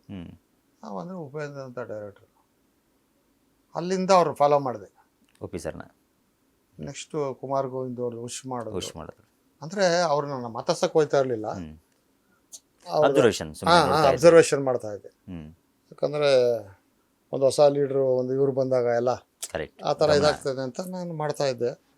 ಆಮೇಲೆ ನಾನು ತಿಳ್ಕೊಂಡಿರೋದು ಇವತ್ತಿಗೂ ಸರ್, ನಾನು ನೋಡಿದಾಗಿಂದ ಈಗ ನಾಯಕ ನಂಬರ್ 1 ಆಗಿದ್ದಾನೆ. ನಾನು ನೋಡಿದಾಗಿಂದ ಸಿನಿಮಾಗೆ ಡೈರೆಕ್ಟ್ರಿ ಸರ್, ಅವನು ಇದ್ರ ಮೇಲೆ ಪ್ರತಿಯೊಂದು ಬರುತ್ತೆ. ಆ ಡೈರೆಕ್ಟರ್ ಆದವನು ಇದ್ರ ಮೇಲೆ ಒಳ್ಳೆ ಸಾಂಗ್ ಬರ್ತದೆ, ಡೈರೆಕ್ಟ್ರಿಗೆ ಸಾಂಗ್ ಬಗ್ಗೆ ಗೊತ್ತಿದ್ರೆ. ಆಮೇಲೆ ಒಳ್ಳೆ ಫೈಟ್ಸ್ ಬರ್ತದೆ. ಬರೀ ಫೈಟ್ ಮಾಸ್ಟರ್ ಹತ್ರನೇ ಫೈಟ್ಸ್ ತೆಗೆದ್ರೆ ಆಗಲ್ಲ. ಅವರು ಫೈಟ್ ಮಾಸ್ಟರ್ ಆ ಸ್ಟೈಲ್ ಕೊಡ್ತಾರೆ, ಬಟ್ ಅದು ಕತೆಗೆ ಮ್ಯಾಚ್ ಆಗಬೇಕು, ಆ ಸನ್ನಿವೇಶಕ್ಕೆ ಹೊಂದಬೇಕಲ್ಲ. ಇವು ಬರೀ ಡ್ಯಾನ್ಸ್ ಮಾಸ್ಟರ್ ಮೇಲೆ ಬಿಟ್ಟರೆ ಆಗಲ್ಲ, ಅದು ಡೈರೆಕ್ಟರ್ ಇನ್ವಾಲ್ವ್ ಆಗಬೇಕು. ಈ ಥರ ಬೇಕು ಅಂತ. ಯಾಕಂದರೆ ಆ ಕಥೆಗೆ ನಮಗೆ ಅದಕ್ಕೆ ತಕ್ಕಂತೆ ಸ್ಟಾವ್ ಭರತನಾಟ್ಯ ಹೋಗ್ಬಿಟ್ಲು ಯಾವುದೋ ಟಪಾಂಗ್ ಮುಜ್ಜೆ ಆಗ್ಬಿಟ್ರೆ ಮ್ಯಾಟ್ರು ಸಬ್ಜೆಕ್ಟ್ಗೆ ಇದೆ ತುರುಗ್ದಂಗೆ ಆಗ್ಬಿಡುತ್ತೆ. ಕರೆಕ್ಟ್. ಅದರಿಂದ ನಮ್ಮ ಕಾಲದಲ್ಲೆಲ್ಲ director media ship of the captain ಅಪ್ಪನಿಂದನೇ ಎಲ್ಲ ಬರ್ತಾಯಿತ್ತು. ಥಿಯೇಟ್ರ್ ಬಂದೆಲ್ಲ ಅಬ್ಸರ್ವ್ ಮಾಡ್ತಾ ಇದ್ದೀವಿ ನನಗೆ. ಆಮೇಲೆ ನಾವು ಅಕ್ಕವ್ರ ಪಿಕ್ಚರ್ಗಳೆಲ್ಲ ನಾವು FH ಆಗ್ತಾಯಿದ್ರಿ. ಅವ್ರದ್ದು ಏರಿಯಾ ಸೇಲ್ ಮಾಡ್ತಾ ಇರಲಿಲ್ಲ, ಫಿಕ್ಸೆಡರ್ ಮಾಡಾಕ್ತಾಯಿದ್ರಿ. ನಮ್ಮ ಮನೆಯಪ್ಪ ಅವರು ಚೆನ್ನೈಗೌಡ್ರ ಹತ್ರ ಎಲ್ಲ ಇಸ್ಕೊಂಡು ಫೋನ್ ಬೇರೆ ಅದು ಏನು ಆ್ಯಂಡ್ ರೆಕಾರ್ಡು. ಹೌದು. ಉಪೇಂದ್ರ ಡೈರೆಕ್ಟ್ರು. ಅಷ್ಟರಲ್ಲಿ ನಾನು ಆಲ್ರೆಡಿ ಪ್ರೊಡ್ಯೂಸರ್ ಆಗಿದ್ದೆ. ಹೋಗೋಣ ಕೇಳೋಣ ಅಂತ ನೋಡ್ತಾ ಇದ್ದೆ. ನೋಡ್ತಾ ಇರ್ಬೇಕಾದ್ರೆ ಅವ್ರದ್ದೇ ಒಂದು ಪಿಕ್ಚರ್ ಅಂತ ಅನೌನ್ಸ್ ಆಯ್ತು. ಆಗಲಿ ಅದನ್ನು ಫಸ್ಟ್ ಡೇ ಹೋಗಿ ಮಾರ್ನಿಂಗ್ ಶೋ ನೋಡಿದೆ ನರ್ತಕಿಲಿ. ಬಟ್ ಸ್ಟುಡಿಯೋ ರಿಪೋರ್ಟ್ಸ್ ಎಲ್ಲ ತಿಳ್ಕೊಳ್ತಾ ಇದ್ದೆ. ನಮಗೆ ಡಿಸ್ಟ್ರಿಬ್ಯೂಟರ್ ಆಗಿರೋದು ಗೊತ್ತಾಗ್ತಿತ್ತು. ಈಗಲೂ ಯಾವ ಪಿಕ್ಚರ್ ಹೆಂಗೆ ನಡೀತದೆ ಏನು ಅಂತ ಸ್ವಲ್ಪ ಸ್ಮೆಲ್ ಬರ್ತದೆ ಅಲ್ವಾ ಸರ್? ನಮಗೆ. ನಾನು ಈಗ ನಿಮ್ಗೆ ಹೇಳಿದೆ ಆವಾಗಲೇ ಮಾತಾಡ್ತಾ ಈಗ ಒಂದು ನೆಕ್ಸ್ಟ್ ಇವಾಗ ಒಂದು ತಿಂಗಳು 2 ತಿಂಗಳಲ್ಲಿ ಒಂದು ಟ್ರೆಂಡ್ ಸೆಟ್ ಸಿನಿಮಾ ಬರ್ತದೆ ನೋಡಿ. ಹೌದಾ ಸರ್? ಬಸ್ ಈ ಆಪ್ತ ಮಿತ್ರ ಇವೆಲ್ಲ ಬಂದಂಗೆ ತಿರ್ಗಾ ಲವಾಕನ್ ಬರ್ತದೆ. ಇಡೀ ಎಲ್ಲ ಬಿರುಗಾಳಿ ಥರ ಅದು ಬಿಡ್ತದೆ. ಯಾವ ಸರ್ ಅದು ಸಿನಿಮಾ? ಬರ್ತದೆ, ಹೌದಾ? ಬಂದರೆ ಒಳ್ಳೆಯದು. ಇಂಡಸ್ಟ್ರಿ ಉಟ್ಕೊಳ್ತದೆ. ತಿರ್ಗಾ ಎಲ್ಲ ಹೌಸ್ಫುಲ್ಲು ಎಲ್ಲ ನೋಡ್ತೀರಿ. ಒಂಥರ ಅದು ಪಿಕ್ಚರ್ ನೋಡಿದೆ ಮಾರ್ನಿಂಗ್ ಶೋನೇ. ನಮ್ಗೆ ಖುಷಿ ಆಗೋಯ್ತು. ಇಮಿಡಿಯೇಟ್ ಹೋದೆ. ಎಲ್ಲ ಪರಾಗ್ ಹೋಟ್ಲಲ್ಲೆಲ್ಲ ಇದ್ರು ಬಾಸ್. ಅದಕ್ಕೆ ಮೊದಲು ಈ ಓಮ್ನ ತೆಲುಗುಗೆ ಮಾಡಿದ್ರು ರಾಜಶೇಖರ್ ಜಿ. ಅದನ್ನು ನಾನು ತಮಿಳ್ ಲ್ಯಾಂಗ್ವೇಜ್ ತೊಗೊಂಡು ಡಬ್ ಮಾಡಿದೆ. ಯಾಕಂದ್ರೆ ಇಲ್ಲಿ ಪಾರ್ವತಂಬರು ಮಾರಲ್ವಲ್ಲ ಅಂತೇಳಿ ಅದು ಮಾಡಿ ಅದು ಚೆನ್ನಾಗಾಯ್ತು. ಆಮೇಲೆ ನಾನು ಅಲ್ಲಿ ಲಾಜಿಕ್ಲಿ ಟೆಸ್ಟ್ ಮಾಡಿ ನೋಡಿದೆ. ನಮಗೂ ಉಪೇಂದ್ರ ಮ್ಯಾಚ್ ಆಯಿತು. ಅಲ್ಲಿ ರಾಶಿ ಇದೆ ಸಾರ್ ಪಿಕ್ಚರ್ ಮಾಡಿಕೊಡಿ ಅಂದೆ. ಅವಾಗ ಮಿಸ್ಟರ್ ಪುಟ್ಸ್ವಾಮಿ ಅಂತ ಶಿವರಾಜ್ ಕುಮಾರ್ದು ಒಂದು ಮಾಡಿದ್ದೆ. ಯಾವ್ದು ಮಾಡಿದ್ರಿ ನೀವು ಸರ್? ಶಿವಣ್ಣವ್ರದ್ದು ಮಿಸ್ಟರ್ ಪುಟ್ಸ್ವಾಮಿ ಮಾಡಿದ್ದೆ ಸರ್. First graphic picture. ಹಿಂಗಾಯ್ತು ಎಲ್ಲ ಹೇಳಿದೆ. ಹೌದಾ, ಓಕೆ ಮಾಡೋಣ. ನೋಡ್ರಿ ನಂದು ಒಂದೆರಡು ಕಂಡೀಷನ್ ಇದೆ. ಏನು ಸರ್? ನನಗೆ AR ರೆಹಮಾನ್ ಮ್ಯೂಸಿಕ್ ಬೇಕು. ನನಗೆ ಥ್ರೂ ಔಟು 3 ಎಫೆಕ್ಟ್ ಬೇಕು. ನಂದು ಸ್ಟೋರಿ ಏನು ಸಾರ್ ಅಂತ. ಇಲ್ಲ ಸ್ಟೋರಿ ಹೇಳಲ್ಲ, 3 ಲೈನ್ ಹೇಳ್ತೀನಿ. ಹೇಳಿ ಗುರುಗಳೇ ಅಂದೆ. ಮನುಷ್ಯನಿಗೆ ಏನ್ರಿ ಜೀವನದಲ್ಲಿ 3 ಆಸೆ ಇರ್ತದೆ. ಒಂದು ಸಂಸಾರ, ಮಕ್ಕಳು, ಮರಿ. ಅದಕ್ಕೊಂದು ಎಫೆಕ್ಟ್ ಕೊಡ್ತೀನಿ, ನೀರು. ಇನ್ನೊಂದು ಸಾಧನೆ ಮಾಡಬೇಕು ಅಂತ ಇರ್ತದೆ. ಅದಕ್ಕೊಂದು ಹೀರೋಯಿನ್ ಹಾಕ್ಬಿಟ್ಟು ಅದಕ್ಕೊಂದು ಎಫೆಕ್ಟ್ ಕೊಡ್ತೀನಿ, ಬಿರುಗಾಳಿ. ಒಂದು ಪ್ರೀತಿ ಒಂದು ಇದಂತ ಇರುತ್ತೆ, ಅದಕ್ಕೆ ದಮ್ಮಿನಿ ಹಾಕ್ಬಿಟ್ಟು ಅದಕ್ಕೆ ಸ್ಮೋಕ್ ಎಫೆಕ್ಟ್. ಈ 3 ಥ್ರೋಟ್ ಪಿಕ್ಚರ್ ಇರ್ಬೇಕಾದ್ರೆ ನೀವು ಓಕೆ ಮಾಡಂಗಿದ್ರೆ ಅಷ್ಟೇ ತಾನೇ ಬಿಡಿ ಸರ್. ನಾವೆಲ್ಲ 4-5 ಹೆಲಿಕಾಪ್ಟರ್ ಕೇಳ್ತೀರೇನೋ ಅನ್ಕೊಂಡೆ. ಇದೇನು ಕೊಡ್ತೀನಿ ಬಿಡಿ ಸರ್ ಅಷ್ಟೇ ತಾನೇ. ನಾನು ಆ ಕಾಲದಲ್ಲೇ 84ಅಲ್ಲೇ ನಾವು ಮಡ್ರಾಸಿಂದ ಮೋಟರ್ಸ್ ಕರೆಸಿ ರಾಜಕಾರಣಿ ಚೇರ್ ಮೇಲೆ ಹಾಕೊಂಡು ಉಯ್ಯಾಲೆ ಆಡೋ ಇದು ಮಾಡಿಸಿದ್ರಿ ಎಲ್ಲರೂ. ಇವಾಗೆಲ್ಲ ಕಟ್ಔಟ್ರು ಇದೆಲ್ಲ ಮಾಡಿಸಿದ್ರೆ ನಾವು ಅದನ್ನೇ ಇದರಲ್ಲೇ ಮಾಡಿಸಿದ್ರಿ ರಾಷ್ಟ್ರ ಪ್ಯಾರಿಸ್ ಅಲ್ಲಿ. ಅದನ್ನೇ ನಾವು 10 ವಾರ ಹೋಯ್ತು ಸಾಗರಲ್ಲಿ. ಇದನ್ನೇ ಅಲ್ಲಿ ಇದು ಹೌದು, ಅದೇ ಕಟ್ಔಟ್ರಲ್ಲಿ. ಆ ಥರ ಹಂಗೆ ಫಾಲೋ ಮಾಡ್ರಿ ಸರ್. ಅದೊಂದು 1 ವರ್ಷ ಅವ್ರ ಜೊತೆ ಇದ್ದೆ. ನಾರ್ಮಲ್ ಮನ್ಸಲ್ಲ ಅವರೆಲ್ಲ ಆ ಥರ. ಅದನ್ನೇ ಹೇಳಿದೆ ಅವಲೇ ನಾನು ನಿಮ್ಗೆ ಹೇಳಿದೆ, ಸಿನಿಮಾಗೆ ಬರೋರಿಗೆ ಒಂಚೂರು ಸ್ಪೆಷಲ್ ಆಗಿರ್ಬೇಕು ನೋಡಿ. ಅವ್ರದ್ದು ನಾನು ಇದು ಹೇಳ್ಬೇಕೋ ಬೇಡೋ ಗೊತ್ತಿಲ್ಲ, ಬಟ್ ಇದು ಹೇಳಿದ್ರೆ ಕೆಲವ್ರಿಗೆ ಇದು ಯೂಸ್ ಆಗ್ಬೋದು ಸರ್. ನಾವು ಒಂದು ಒಳ್ಳೇದು ಹೇಳಿದ್ರು 10 ಜನಕ್ಕೆ ತಗೊಳ್ಳೋರ ಮೇಲೆ ಹೋಗುತ್ತೆ ಸರ್. ಅದು ನಾನು ನಿಮಗೆ ಇದರಲ್ಲಿ ಹೇಳ್ತೀನಿ, ಬೈಕೊಂಬೇಡಿ ಸರ್. ಒಂದು ತಂದೆ ತಾಯಿ, ಅವ್ರಿಗೆ 2 ಮಕ್ಕಳು, 5-5 ಮನೆ, ಆಫೀಸು, ಮನೆ ಪ್ಲಸ್ ಊಟ ಅವರು ಸಂಪಾದನೆ. ತಂದೆ ತಾಯಿ ರಾತ್ರಿ ಬೆಳಗ್ಗೆ ವ್ಯಾಪಾರ ಮಾಡ್ತಾರೆ, ರಾತ್ರಿ ಅಲ್ಲಿ ಮಲ್ಕೊಂತಾರೆ.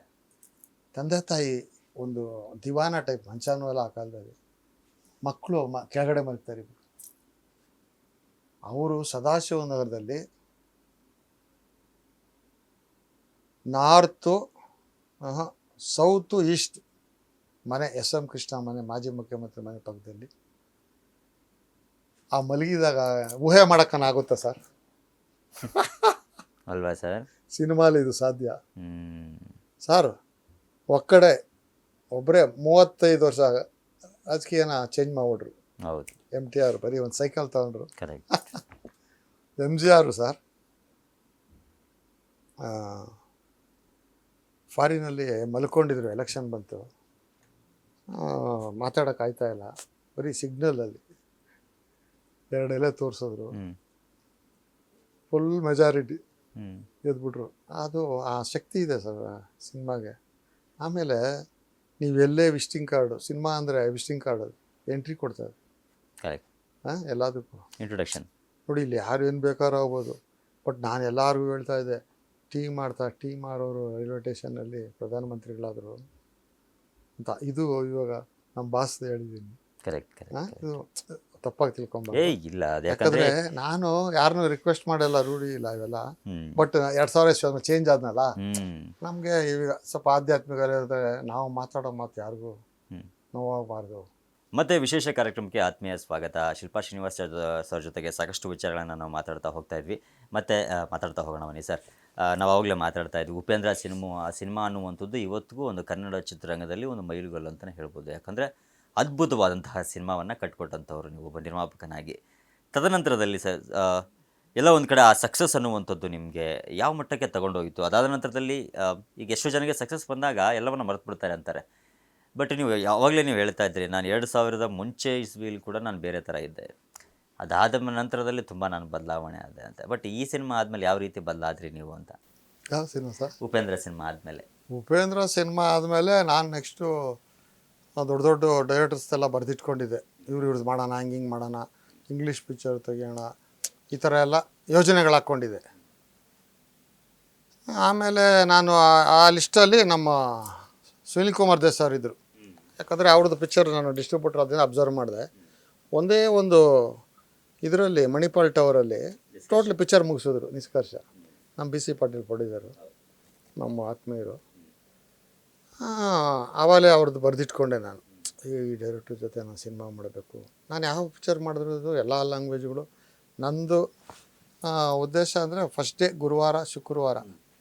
ನಮ್ಮ ಕಾಲದಲ್ಲಿ ಶುಕ್ರವಾರನೇ, ಅಣ್ಣವ್ರು ಮಾತ್ರ ಗುರುವಾರ ಸ್ಟಾರ್ಟ್ ಮಾಡಿದ್ರು. ಆಮೇಲೆ ಬೆಳಗ್ಗೆ ಯಾವುದು ಆವಾಗೆಲ್ಲ ಇದು 6 ಗಂಟೆ ಶೋ ಎಲ್ಲ ಇಲ್ಲ, ಏನೋ 9:30, 10:00 ಒಳಗಡೆ ಸ್ಟಾರ್ಟ್ ಮಾಡೋರು.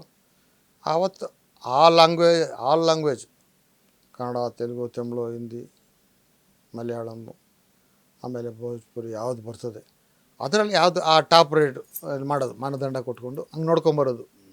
ಫಸ್ಟ್ 10 ಗಂಟೆ ಶೋ ಒಂದು, ತಿರ್ಗಿ 1 ಗಂಟೆ ಶೋ ಒಂದು, ಮಧ್ಯೆ ಏನಾನ ಕೆಲಸಗಳಿತ್ತ 7 ಗಂಟೆ ಶೋ. ಆವಾಗ 5 ಶೋ ಓಡೋದು ನಮ್ಮ ಕಾಲದಲ್ಲೆಲ್ಲ. ಆಮೇಲೆ ಗೊತ್ತಿರೋ ಕಡೆ ನಮಗೆಲ್ಲ ಇದು ಮಾಡೋರು. ಹಿಂಗೆ ನಾವು ಫಾಲೋ ಮಾಡ್ಕೊಂಬರ್ತಾಯಿದ್ದೀವಿ. ಹಂಗೆ ಹಿಂಗೆ ನೋಡ್ಕೊಂಬರ್ತಾ ಇರಬೇಕಾದ್ರೆ ಈ ನಿಷ್ಕರ್ಷ ಅದು ಹಿಂಗೆ ಇದು ಮಾಡಿಟ್ಕೊಂಡೆ. ಆಮೇಲೆ ಯಾವ್ಯಾವ ಲ್ಯಾಂಗ್ವೇಜಲ್ಲಿ ಯಾವ್ಯಾವ ಫಿಲಮ್ ಹಿಟ್ಟಾಗ್ತದೆ, ಯಾರು ಡೈರೆಕ್ಟ್ರುಗಳು ಹೊಸ್ದಾಗಿ ಬಂದು ಏನೇನು ಅನ್ವೇಷಣೆ ಮಾಡಿರ್ತಾರೆ, ಹೊಸ್ದಾಗಿ ಅವರು ಏನೇನೋ ಮಾಡಿರ್ತಾರೆ, ಹೊಸ ಟ್ರೆಂಡ್ ಸೆಟ್ ಮಾಡಿರ್ತಾರೆ, ಅಂಥವ್ರು ಡೈರೆಕ್ಟ್ರದ್ದು ನಾನು ಮೊದಲಿಂದ ಡೈರೆಕ್ಟ್ರ್ ಫ್ಯಾನ್. ಅವ್ರ ಹೆಸರು ನಾನು ಬರ್ದಿಕ್ಕಂತ ಇದೆ. ಹಂಗೆ ಉಪೇಂದ್ರ ಅವ್ರದ್ದು ಬರ್ಕೊಂಡೆ. ಅದು ಸ್ವಾಮಿ ಆಸೆ ಆಯಿತು. ಉಮಾಕಾಂತ್ ಅವ್ರದ್ದು ಹಂಗೆ ಬರ್ದಿಕೊಂಡಿದ್ದೆ ಒಂದು ಪಿಕ್ಚರ್ ನೋಡಿ ನಾನು ಅವ್ರದ್ದು, ನಮ್ಮ ಕುಮಾರ್ ಗೋವಿಂದ್ ಅವ್ರ ಪಿಕ್ಚರ್ದು ನೋಡ್ಬಿಟ್ಟು ಅವ್ರ ಜೊತೆ ಮಿಸ್ಟರ್ ಪುಟ್ಟಸ್ವಾಮಿ ಮಾಡಿದೆ. ನೆಕ್ಸ್ಟ್ 2ನೇದು ಉಪೇಂದ್ರನೂ ಹಂಗೆ ಮಾಡಿದೆ. ನೆಕ್ಸ್ಟ್ ಇನ್ಯಾರಿದ್ದಾರೆ ಅಂತ ಲಿಸ್ಟ್ ನೋಡ್ತಾ ಇರಬೇಕಾದ್ರೆ ಸುನಿಲ್ ಕುಮಾರ್ ದೇಸಾಯಿ ಅವ್ರು ಬಂದರು. ಅವ್ರದ್ದು ಮಾಡೋಣ ಅಂಥೇಳಿ ಪ್ಲ್ಯಾನ್ ಮಾಡಿದೆ.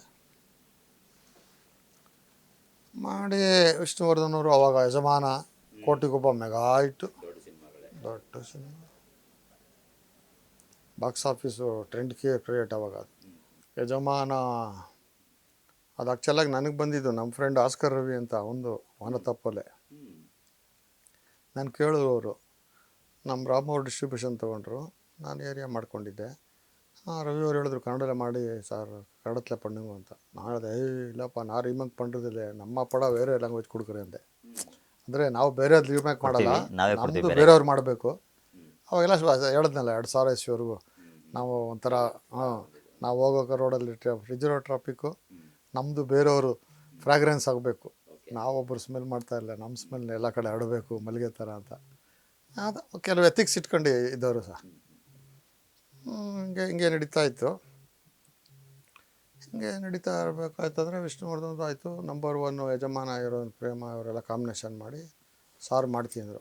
ನಾನು ಆಲ್ರೆಡಿ ಡೈರೆಕ್ಟ್ರ್ ಫಾಲೋ ಅಲ್ಲ, ಹಂಗೆ ಎಲ್ಲ ಮಾಡಿದ್ರು. ಚೆನ್ನಾಗಿ ಮಾಡಿದ್ರು ಸರ್. ಆಮೇಲೆ ಶೂಟಿಂಗು ಎಲ್ಲ ಮಾಡಿದ್ರು, ಸೆಟ್ಟುಗಳೆಲ್ಲ ಹಾಕಿ, ಏನು ಕೆಳಗಡೆ ಸ್ಮೋಕು, ಮೇಲೆ ಏನೋ ಇದು ಥರ ಎಫೆಕ್ಟ್ಸ್ ಎಲ್ಲ ಮಾಡಿ ತುಂಬ ಚೆನ್ನಾಗಿ ಮಾಡಿದ್ರು. ಅವ್ರು ಕಷ್ಟಪಡೋದು ನೋಡಿ ಸ್ವಲ್ಪ ಬಡ್ಜೆಟ್ ಜಾಸ್ತಿ ಆದ್ರೂ ಏನಪ್ಪ ಈ ಡೈರೆಕ್ಟ್ರ್ ಹಿಂಗೆ ಕಷ್ಟಪಡ್ತಾರೆ, ನಾವು ಮಾಡಬೇಕಾದ ಧರ್ಮ, ಬಿಸ್ನೆಸ್ ಇತ್ತಲ್ಲ ಅಂದ್ಬಿಟ್ಟು ನನಗೆ ಆ ಪಿಕ್ಚರು ಒಳ್ಳೆ ಕಂಪ್ನಿ. ಆವಾಗ ಮದ್ರಾಸ್ ಕಂಪ್ನಿ ಒಂದು ಇಲ್ಲಿ ಆಫೀಸ್ ಮಾಡಿದ್ದು ಕೇಳಿದ್ರು ನನಗೆ, ಒಳ್ಳೆ ಅದು ಆಫರ್. ಯಜಮಾನ ಅದು. ನಮ್ಮ ಪರ್ವ ಪಿಕ್ಚರ್. ಪರ್ವಾಸ ಅದು. ನಾನು ನಮ್ಮ ಪಿಕ್ಚರೇ ಕೇಳ್ತೀಯ ಯಾರಪ್ಪ ನೀ, ಹ್ಞೂ ನಮ್ಮ ಪಿಕ್ಚರು ನಾವೇನು ಡಿಸ್ಟ್ರಿಬ್ಯೂಟರ್ ಅಲ್ವಾ ಅಂತ ರೋಪ್ ಹಾಕ್ಬಿಟ್ಟೆ. ಓಕೆ. ಮಾಡಿದ್ರೆ ಒಳ್ಳೆ ದುಡ್ಡು ಬರೋದು.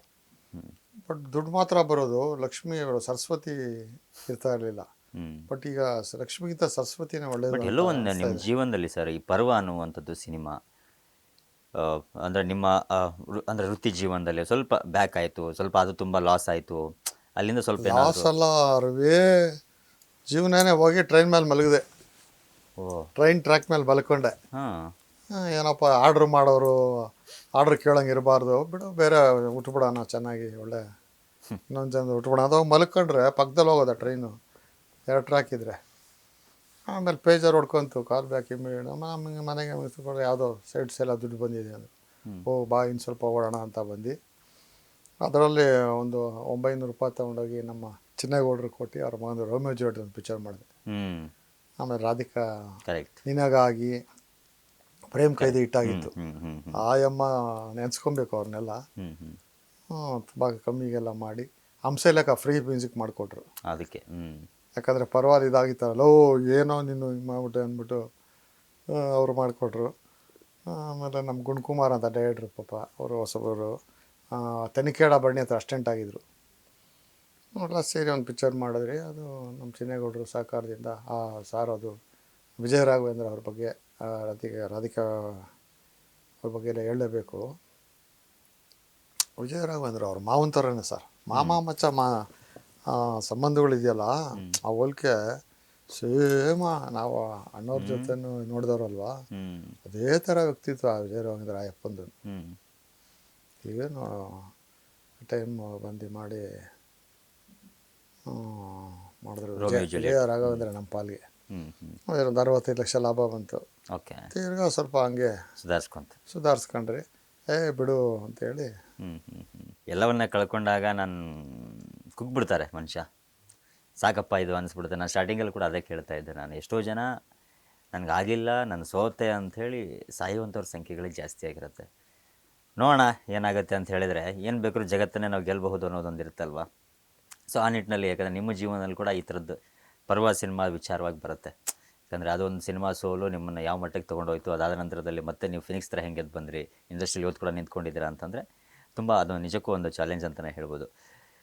ಸರ್, ಇವತ್ತು ನಮ್ಮ ಇಂಡಸ್ಟ್ರಿನ ನೋಡಿದಾಗ, ಬ್ಯಾಕ್ ಟು ಪ್ರೆಸೆಂಟ್ ಸಿಚುವೇಶನ್, ನಮ್ಮ ಇಂಡಸ್ಟ್ರಿಯಲ್ಲಿ ಹೀರೋಗಳು ಎಲ್ಲರೂ ಸೇರಿಕೊಂಡು ಅಂದರೆ ನಮ್ಮ ಬೆಳವಣಿಗೆ ಅನ್ನೋಂಥದ್ದು, ನಮ್ಮ ಸಿನಿಮಾ ಬೆಳವಣಿಗೆ ಅನ್ನೋಂಥದ್ದು, ಯಾಕಂದರೆ ನಾವು ಬೆಳೆದಿರುವಂಥ ನಮ್ಮದು ಇಂಡಸ್ಟ್ರಿ ಇದು. ಯಾಕಂದರೆ ನಾವು ಇವತ್ತು ನಿನ್ನೆ ಮೊನ್ನೆಯಿಂದ ಅಲ್ಲ, ನಮಗೆ ನಮ್ಮದೇ ಆದಂತಹ ಕನ್ನಡ ಇಂಡಸ್ಟ್ರಿ ಇದು ಒಂದು ಇತಿಹಾಸವನ್ನು ಸೃಷ್ಟಿ ಮಾಡಿದೆ.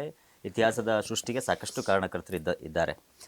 ಇವತ್ತು ಬೆಳವಣಿಗೆಗೆ ನಮ್ಮ ಸ್ಟಾರ್ಗಳು ಯಾವ ರೀತಿಯಾಗಿ ಸಪೋರ್ಟ್ ಮಾಡ್ಬೋದು ಅಂತ ನಿಮ್ಮ ಒಂದು ಅನಿಸಿಕೆ ಸರ್? ಸರ್, ವಿಷ್ಣುವರ್ಧನ್ ಅವರು ಇವತ್ತಿಲ್ಲ. ಅವರು ಇಂಡಸ್ಟ್ರಿಗೆ ತುಂಬಲಾರ ನಷ್ಟ. ವಿತೌಟ್ ಮೇಕಪ್ ಅಂತ ಸುಂದರ ನಟ ಕಲ್ಪಿಸ್ಕೊಳ್ಳೋಕ್ಕೂ ಯಾರೂ ಇಲ್ಲ. ನನಗೆ ಯಾರು ಸೆಕೆಂಡ್ ಥಾಟೇ ಬರ್ತಾಯಿಲ್ಲ ಆ ಥರ ವ್ಯಕ್ತಿ. ನಾವು ಅವರ ಅಭಿಮಾನಿಗಳು.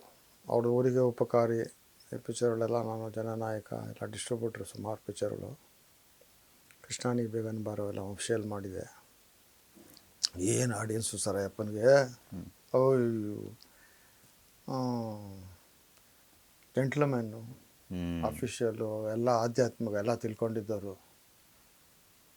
ಅವ್ರ ಜೊತೆ ನಾನು 1 ವರ್ಷ ಇದ್ದೆ ಸರ್. ಅದೊಂದು ಸ್ಕೂಲೇ. ನಮ್ಮ ಉಪೇಂದ್ರ ಥರ ಇವರು ಒಂದು ಸ್ಕೂಲು. ಬಟ್ ಅವ್ರು ಇದ್ದಿದ್ರೆ ನಮಗೆಲ್ಲ ನಾವು ರೈಲ್ವೆ ಕಮ್ಮಿ ಮಲ್ಕೊಳ್ಳಂಗೆಲ್ಲ ಇರಲಿಲ್ಲ. ಯಾಕಂದರೆ ಬಿಡ್ತಾ ಅಂಥ ವ್ಯಕ್ತಿ ಅಲ್ಲ. ಅದಾದಮೇಲೂ ಎಷ್ಟೋ ಸರಿ ಎಲ್ಲ ಇದು ಮಾಡಿ ಎಲ್ಲ ಮಾಡಿದ್ರು. ಅಷ್ಟು ಇದಾಯಿತು. ಹ್ಞೂ ಅದೊಂದು ನಮ್ಮ ದೊಡ್ಡ ದುರಂತ ಇಂಡಸ್ಟ್ರಿಗೆ. ಕರೆಕ್ಟ್. ಯಾಕಂದರೆ ಮಹಾನಟ ಮಹಾನಟ ಮೇರು ನಟ. ಮೇರು ನಟ. ಆಮೇಲೆ ನಮ್ಮ ಕನ್ನಡ ಇಂಡಸ್ಟ್ರಿಗೆ ಇದೊಂದು ಎಫೆಕ್ಟಿವ್ ಗುರುಗಳೇ. ಹ್ಞೂ ನೋಡಿ ವಿಷ್ಣುವರ್ಧನ್ ಅವ್ರಿಗೆ ಒಂದು 4 ಗಂಡು ಮಕ್ಕಳಿದ್ದಾರೆ, ವಾರಿಸಿರೋರು. ಕರೆಕ್ಟ್. ನಮ್ಮ ಶಂಕರ್ ನಾಗ್ ಅವ್ರಿಗೆ 1-2 ಗಂಡು ಮಕ್ಕಳು ಸರ್. ಕರೆಕ್ಟ್.